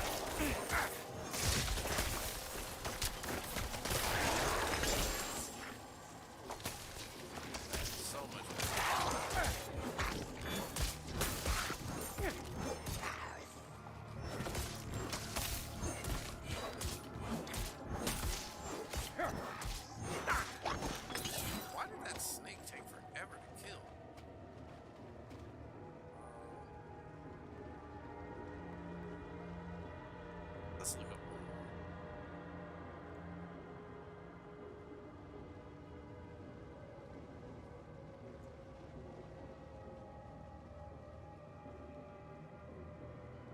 Now, the Activision Blizzard deal is officially blocked.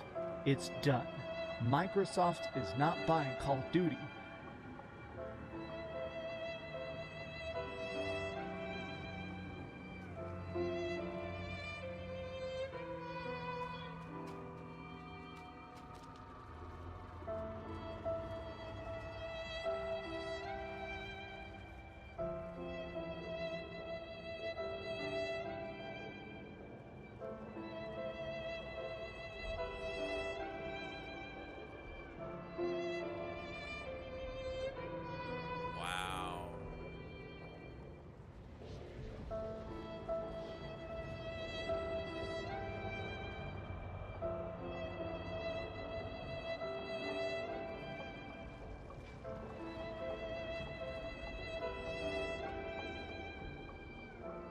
That's it. It was just a bunch of Twitters, a bunch of tweets of angry people.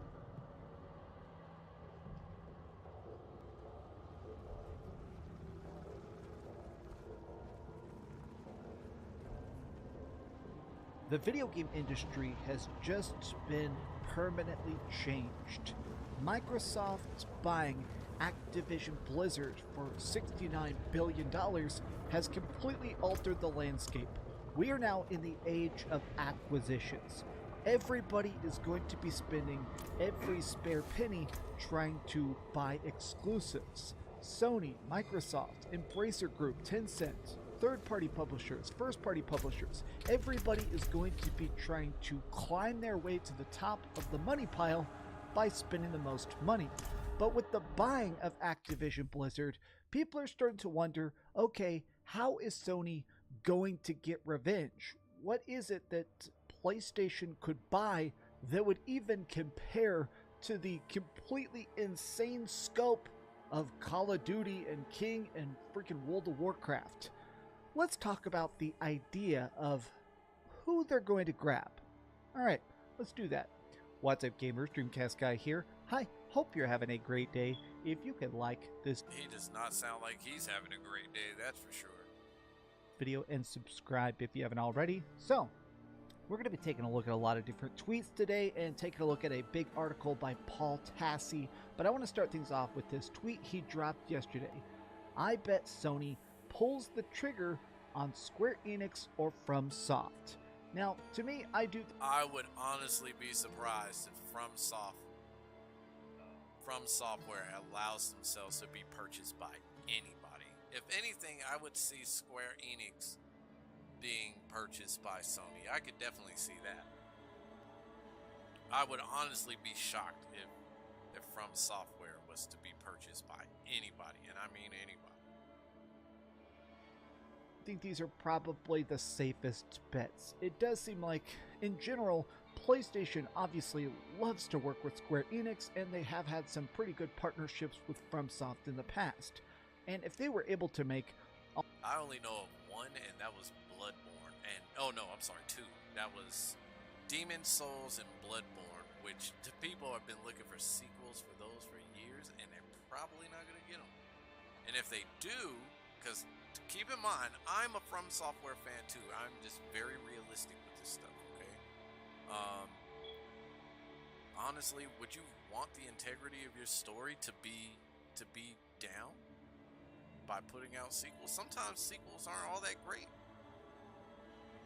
All future Dark Souls games exclusive to the PlayStation, get Bloodborne 2 exclusively on the PlayStation 5, that would definitely sell a bunch of consoles. But even here, the top reply is getting some pushback. What a terrible scenario that would be. We should be hoping that they stay independent. Sony and Nintendo both have extremely close relationships with Square Enix. I also doubt they'd be allowed to make smaller games, which have been some of their best output. Now, Stealth here is a very big Nintendo fanboy, and I don't mean that as an insult, I'm just saying that because he is a person that very much prides himself on beating as many games as possible, both first party and third party, on the Nintendo Switch. And I think there's a lot of people like this. I think there is a lot of people that hope, even if Square Enix does get bought, hopefully we still see games like Octopath Traveler come into the Nintendo Switch. Honestly, I'm not sure they would.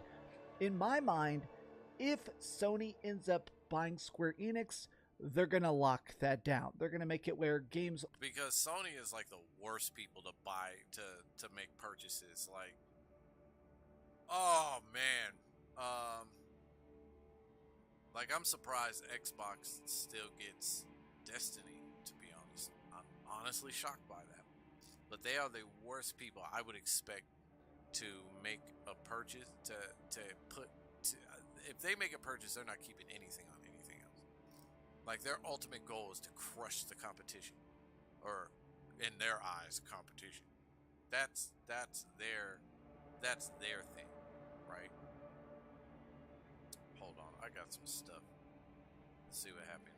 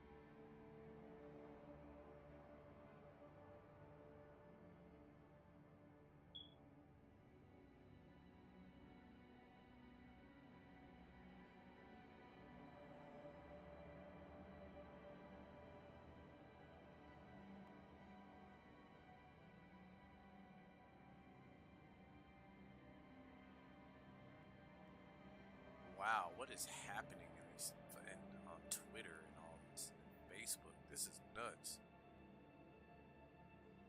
People are losing their minds over SDCC.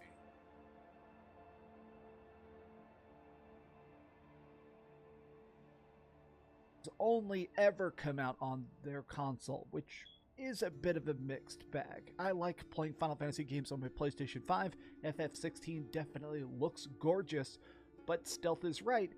Those tinier projects have definitely been a fun, random surprise from Square Enix. Now, pretty much everybody agrees that if there is an acquisition to make, if there is a studio to join PlayStation Studios, Square Enix seems like the most obvious bet, simply because they have had such a long-standing partnership for this last couple. I think more practical would be Square Enix and Konami. I think those would be practical.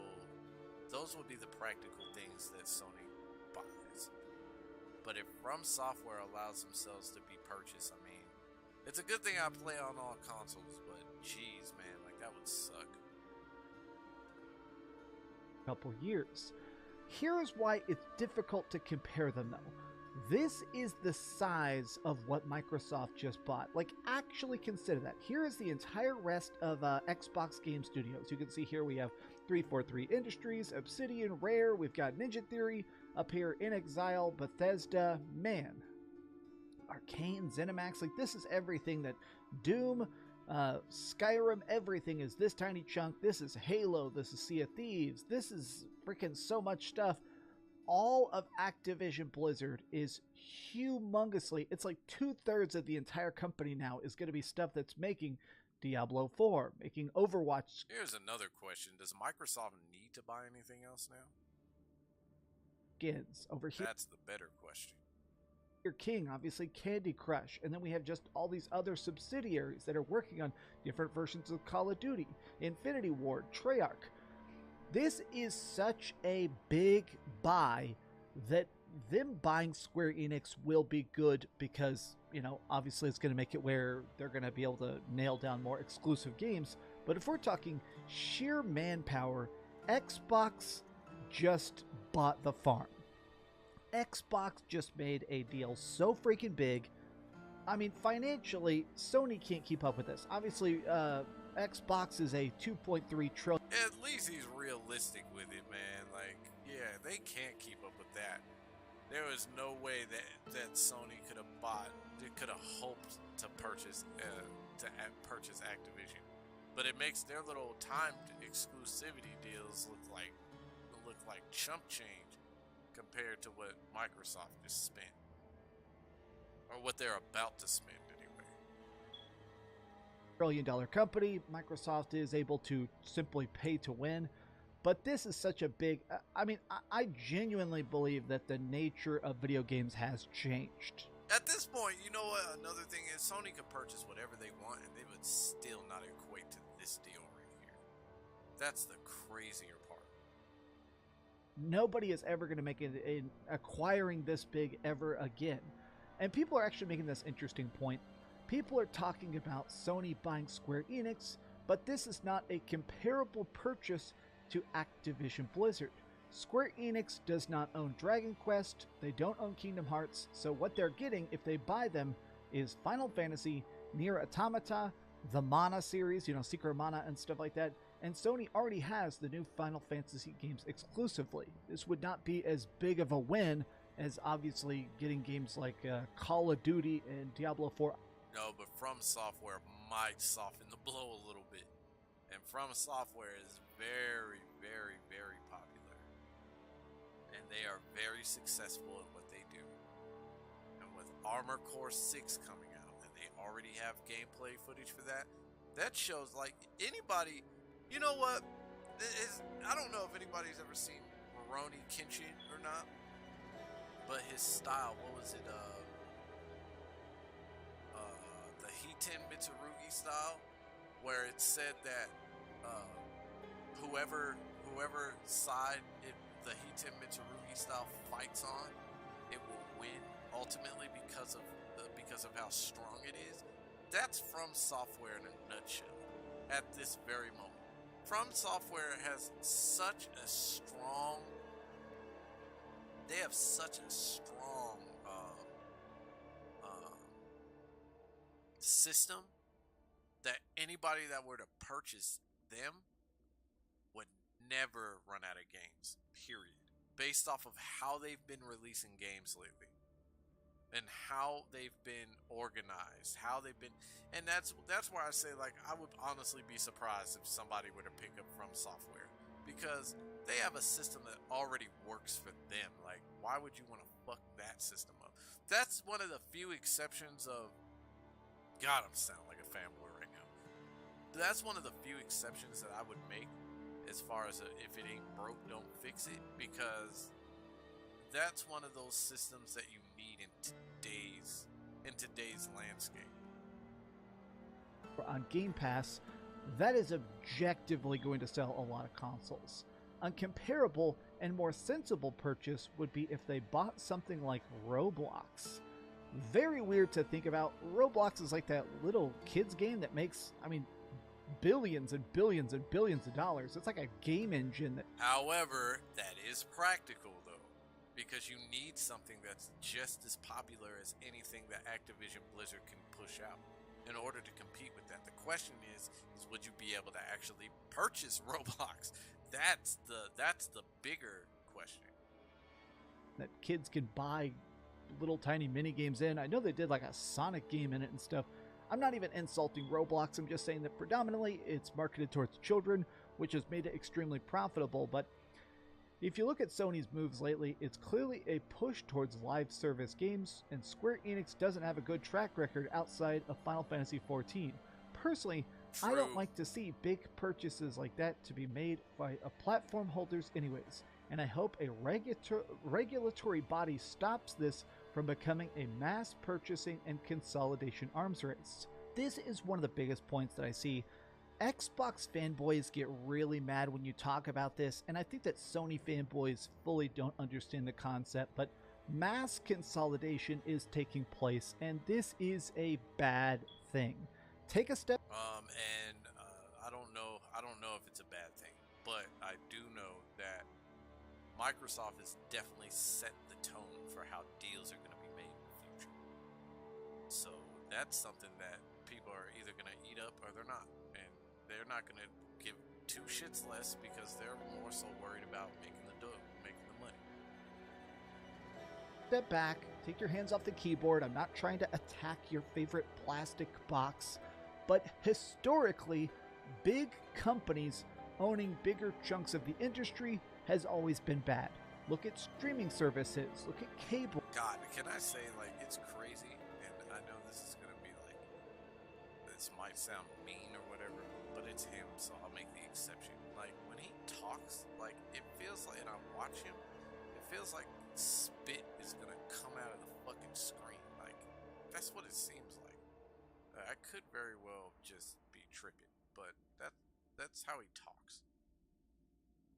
Look at all the tiny studios that are making indie films. They get bought and then just deleted. Look at Warner Brothers straight up deleting the Batgirl movie because they thought it possibly might not make enough money. That was done. That's all part of these consolidation things, is that when you actually consider the fact that major corporate stupid companies, executives that don't even like video games, are now going to be making decisions on the future of video games, I don't like the idea of that. But let me move on here. Zubitech is doing an interesting breakdown here where he talked about all the different companies that could be bought. This is essentially their price tag. So you can see Konami costs a surprisingly high amount. Konami is $7.2 billion. Square Enix right here, which obviously is the topic of the video, $5.35 billion. Koei Tecmo, Sega is relatively cheap. CD Projekt Red is practically in the discount bin. It's crazy to consider the fact that these companies can even be bought. I do think, since we're talking about PlayStation, which is obviously a Japanese company, they're more inclined to buy other Japanese publishers. So I do think there is a Notice I don't see From Software on that list at all. good chance they try and scoop up something like I don't know, Bandai Namco or something like that. But the price tag is the problem. Now, I want to pull up this article here by Paul Tassi. Paul Tassi essentially said that he doesn't think that Sony should buy anybody, at least not for the typical revenge narrative going on, because this deal is just so big. While it is possible that Square Enix could get bought by Sony, this is something that could happen, but should it happen, I don't think PlayStation should bother doing any of this at all. One of the least mentioned things about this entire Activision drama is that Microsoft is in a position to make large purchases, while Sony quite literally can't. Microsoft is a $2.5 trillion company, buying a $69 billion one, that's pretty consumable, whereas Sony, they're only worth about $113 billion, which would make Activision far more than the value of the entire company. As such, Sony has stuck with lower buyouts, things like Bungie for $3.6 billion. Trying to buy a few of the biggest publishers like EA for $37 billion or Take-Two for $25 billion is again a third or a quarter of their entire value. Even something like Square Enix, $5.37 billion, isn't exactly cheap, even if it is more doable. But why? Why bother doing this? At this point, it would feel like you're just buying it so that companies like Microsoft or Amazon or whoever don't buy it first. Sony is light years ahead of the current console race, outselling Xbox 2-1 for 2 generations now, and Game Pass is not making up that gap. They have been pumping out high-quality exclusives for decades, while Xbox is only now trying to find their footing. It feels like a waste, and I'm sure that Sony will continue to pick up publishers here and there with some splashy big-name purchases, again, are not even worth 10% of the size of the Activision deal. It just doesn't seem necessary in their current market position. Now, a lot of people have been talking about the fact that this is just such a weird buy, is that I do personally believe they're going to buy Square Enix. I do think they're going to do this, but I don't think it's going to lead to higher console sales. The Activision... You are absolutely tripping if you don't think that that's the case at all. And EA was looking to be acquired. Oh, they're going to be looking for the same deal that Microsoft gave them. And the only people that could give that deal is a Microsoft. Because if Sony tries to do this, then they'll put themselves under. Blizzard deal is peculiar to me because I do think it is directly going to lead to higher Xbox sales. Activision is, just such a big thing beyond just Call of Duty. It's Tony Hawk's Pro Skater, it's Crash Bandicoot, it's Spyro, it's a million tiny projects all piled into the massive Activision brand, and that's not even talking about the Blizzard branch. That is going to sell Xboxes. Square Enix is already making games exclusively on PlayStation to a heavy degree, so this is not going to be the same level of win other than the amount of crazy headlines. Media buzz, I do think if they bought Square Enix, it would be a lot of big flashy headlines, it would boost the stock value of Sony, but I don't think that in the long run it's really going to lead to a dramatically higher tier of console sales, which is what PlayStation wants. Let me actually end off with this. Here's actually the first party output for 2023. Now we have Xbox, Sony, and Nintendo. Now, Xbox, obviously so far they've gotten 3 games here. Hi-Fi Rush, which was great. Minecraft Legends, which I don't know a single person has ever played it, but it's probably cool. Redfall, which is a complete dumpster fire and one of the lowest rated games of all time. Starfield and Forza are still coming soon, whereas Sony definitely having a lighter year, especially compared to how packed 2022 was. MLB The Show. I'm sorry, what? I know he didn't say that. That is so wrong. 2022 was not packed for them. In fact, it was quite the opposite. They had 2 of their flagship games come out, and one got overshadowed by Elden Ring. The second one came out barely in time for the Games Awards, and you saw how they tried to push that one off onto the public, and it still lost Game of the Year.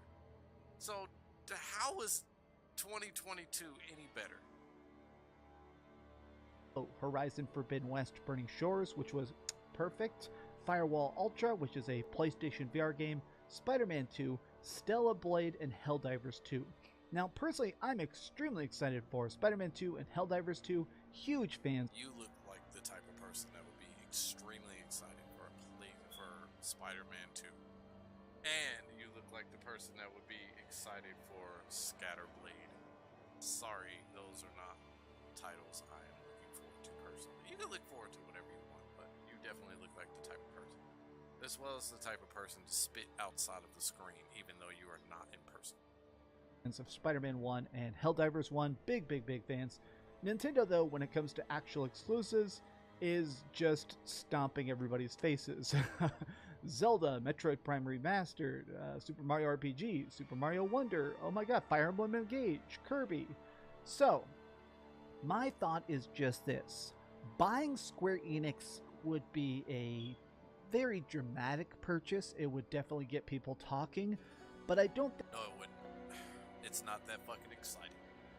I can guarantee you there would never be an FTC case against this. There would never be a two-year wait, a damn near 2-year wait on a deal to go through. It would just fucking go through within a matter of a couple of weeks, and nobody would think anything of it. Because we've already seen more Final Fantasy exclusives on PlayStation as is. It is not as big as Activision. There would be no real talk about it. And if people did talk about it, it would probably be for like a day or two. And that would be it. Other than that, we go back to our respectable game consoles and games that we love to play. Other than that, like, what is there to talk about?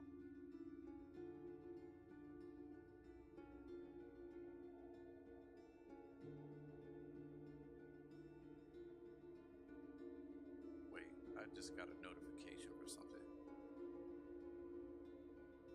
Oh, that's all it is.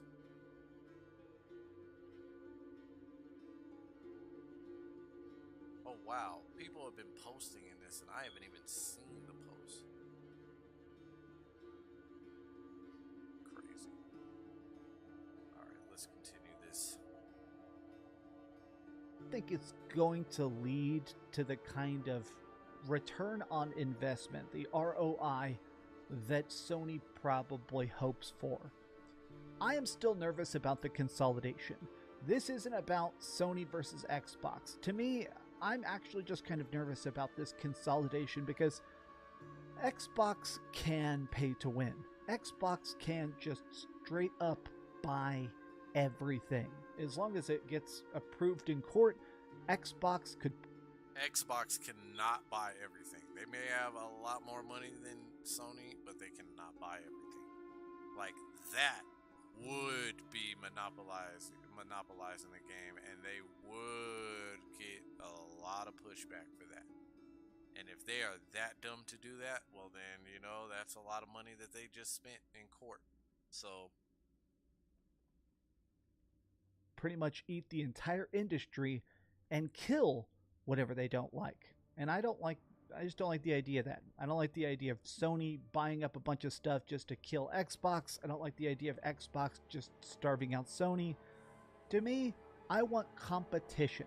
I want everybody to be afraid of failure. I want companies to constantly be dogfighting to be the biggest and best developer of games that we all love to play.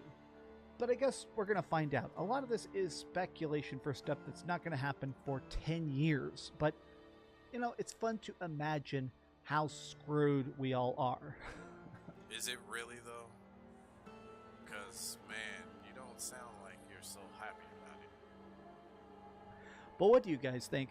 Are you excited for the future acquisition wars? Tell me your thoughts in the comments down below. And if God, this is going to kill me. I'm now curious about what the comments actually say on this video.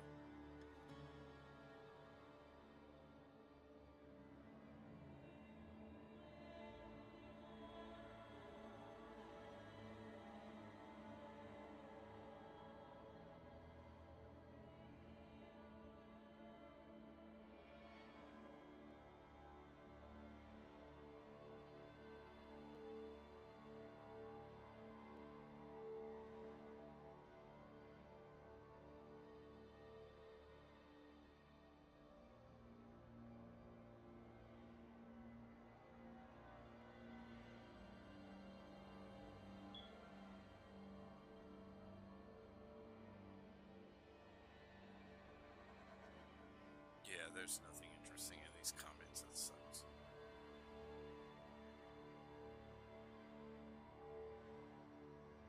Alright, so here's something. Somebody said, if Sony makes a big acquisition like Square now, I really wonder if Nintendo will do anything in response. Namco, I know they are very anti-acquisition, but these acquisitions would be almost too big to ignore.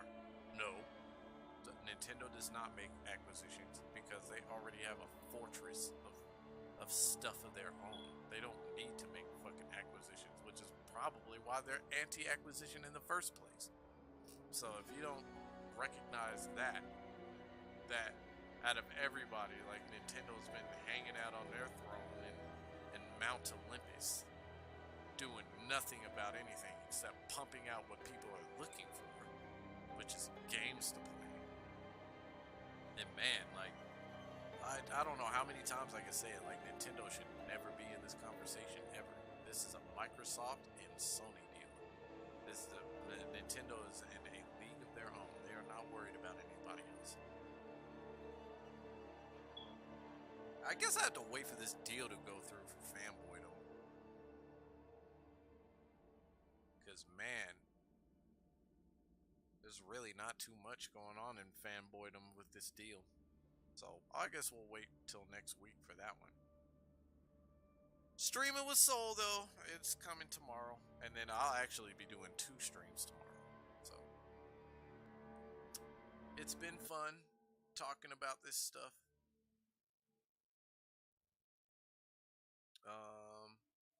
I gotta go eat. I have not eaten today, so hopefully you all have a good day.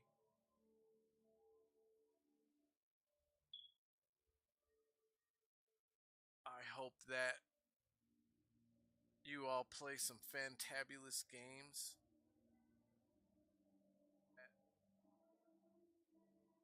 And I will probably see you. I will see you all tomorrow. So have a good one. Peace.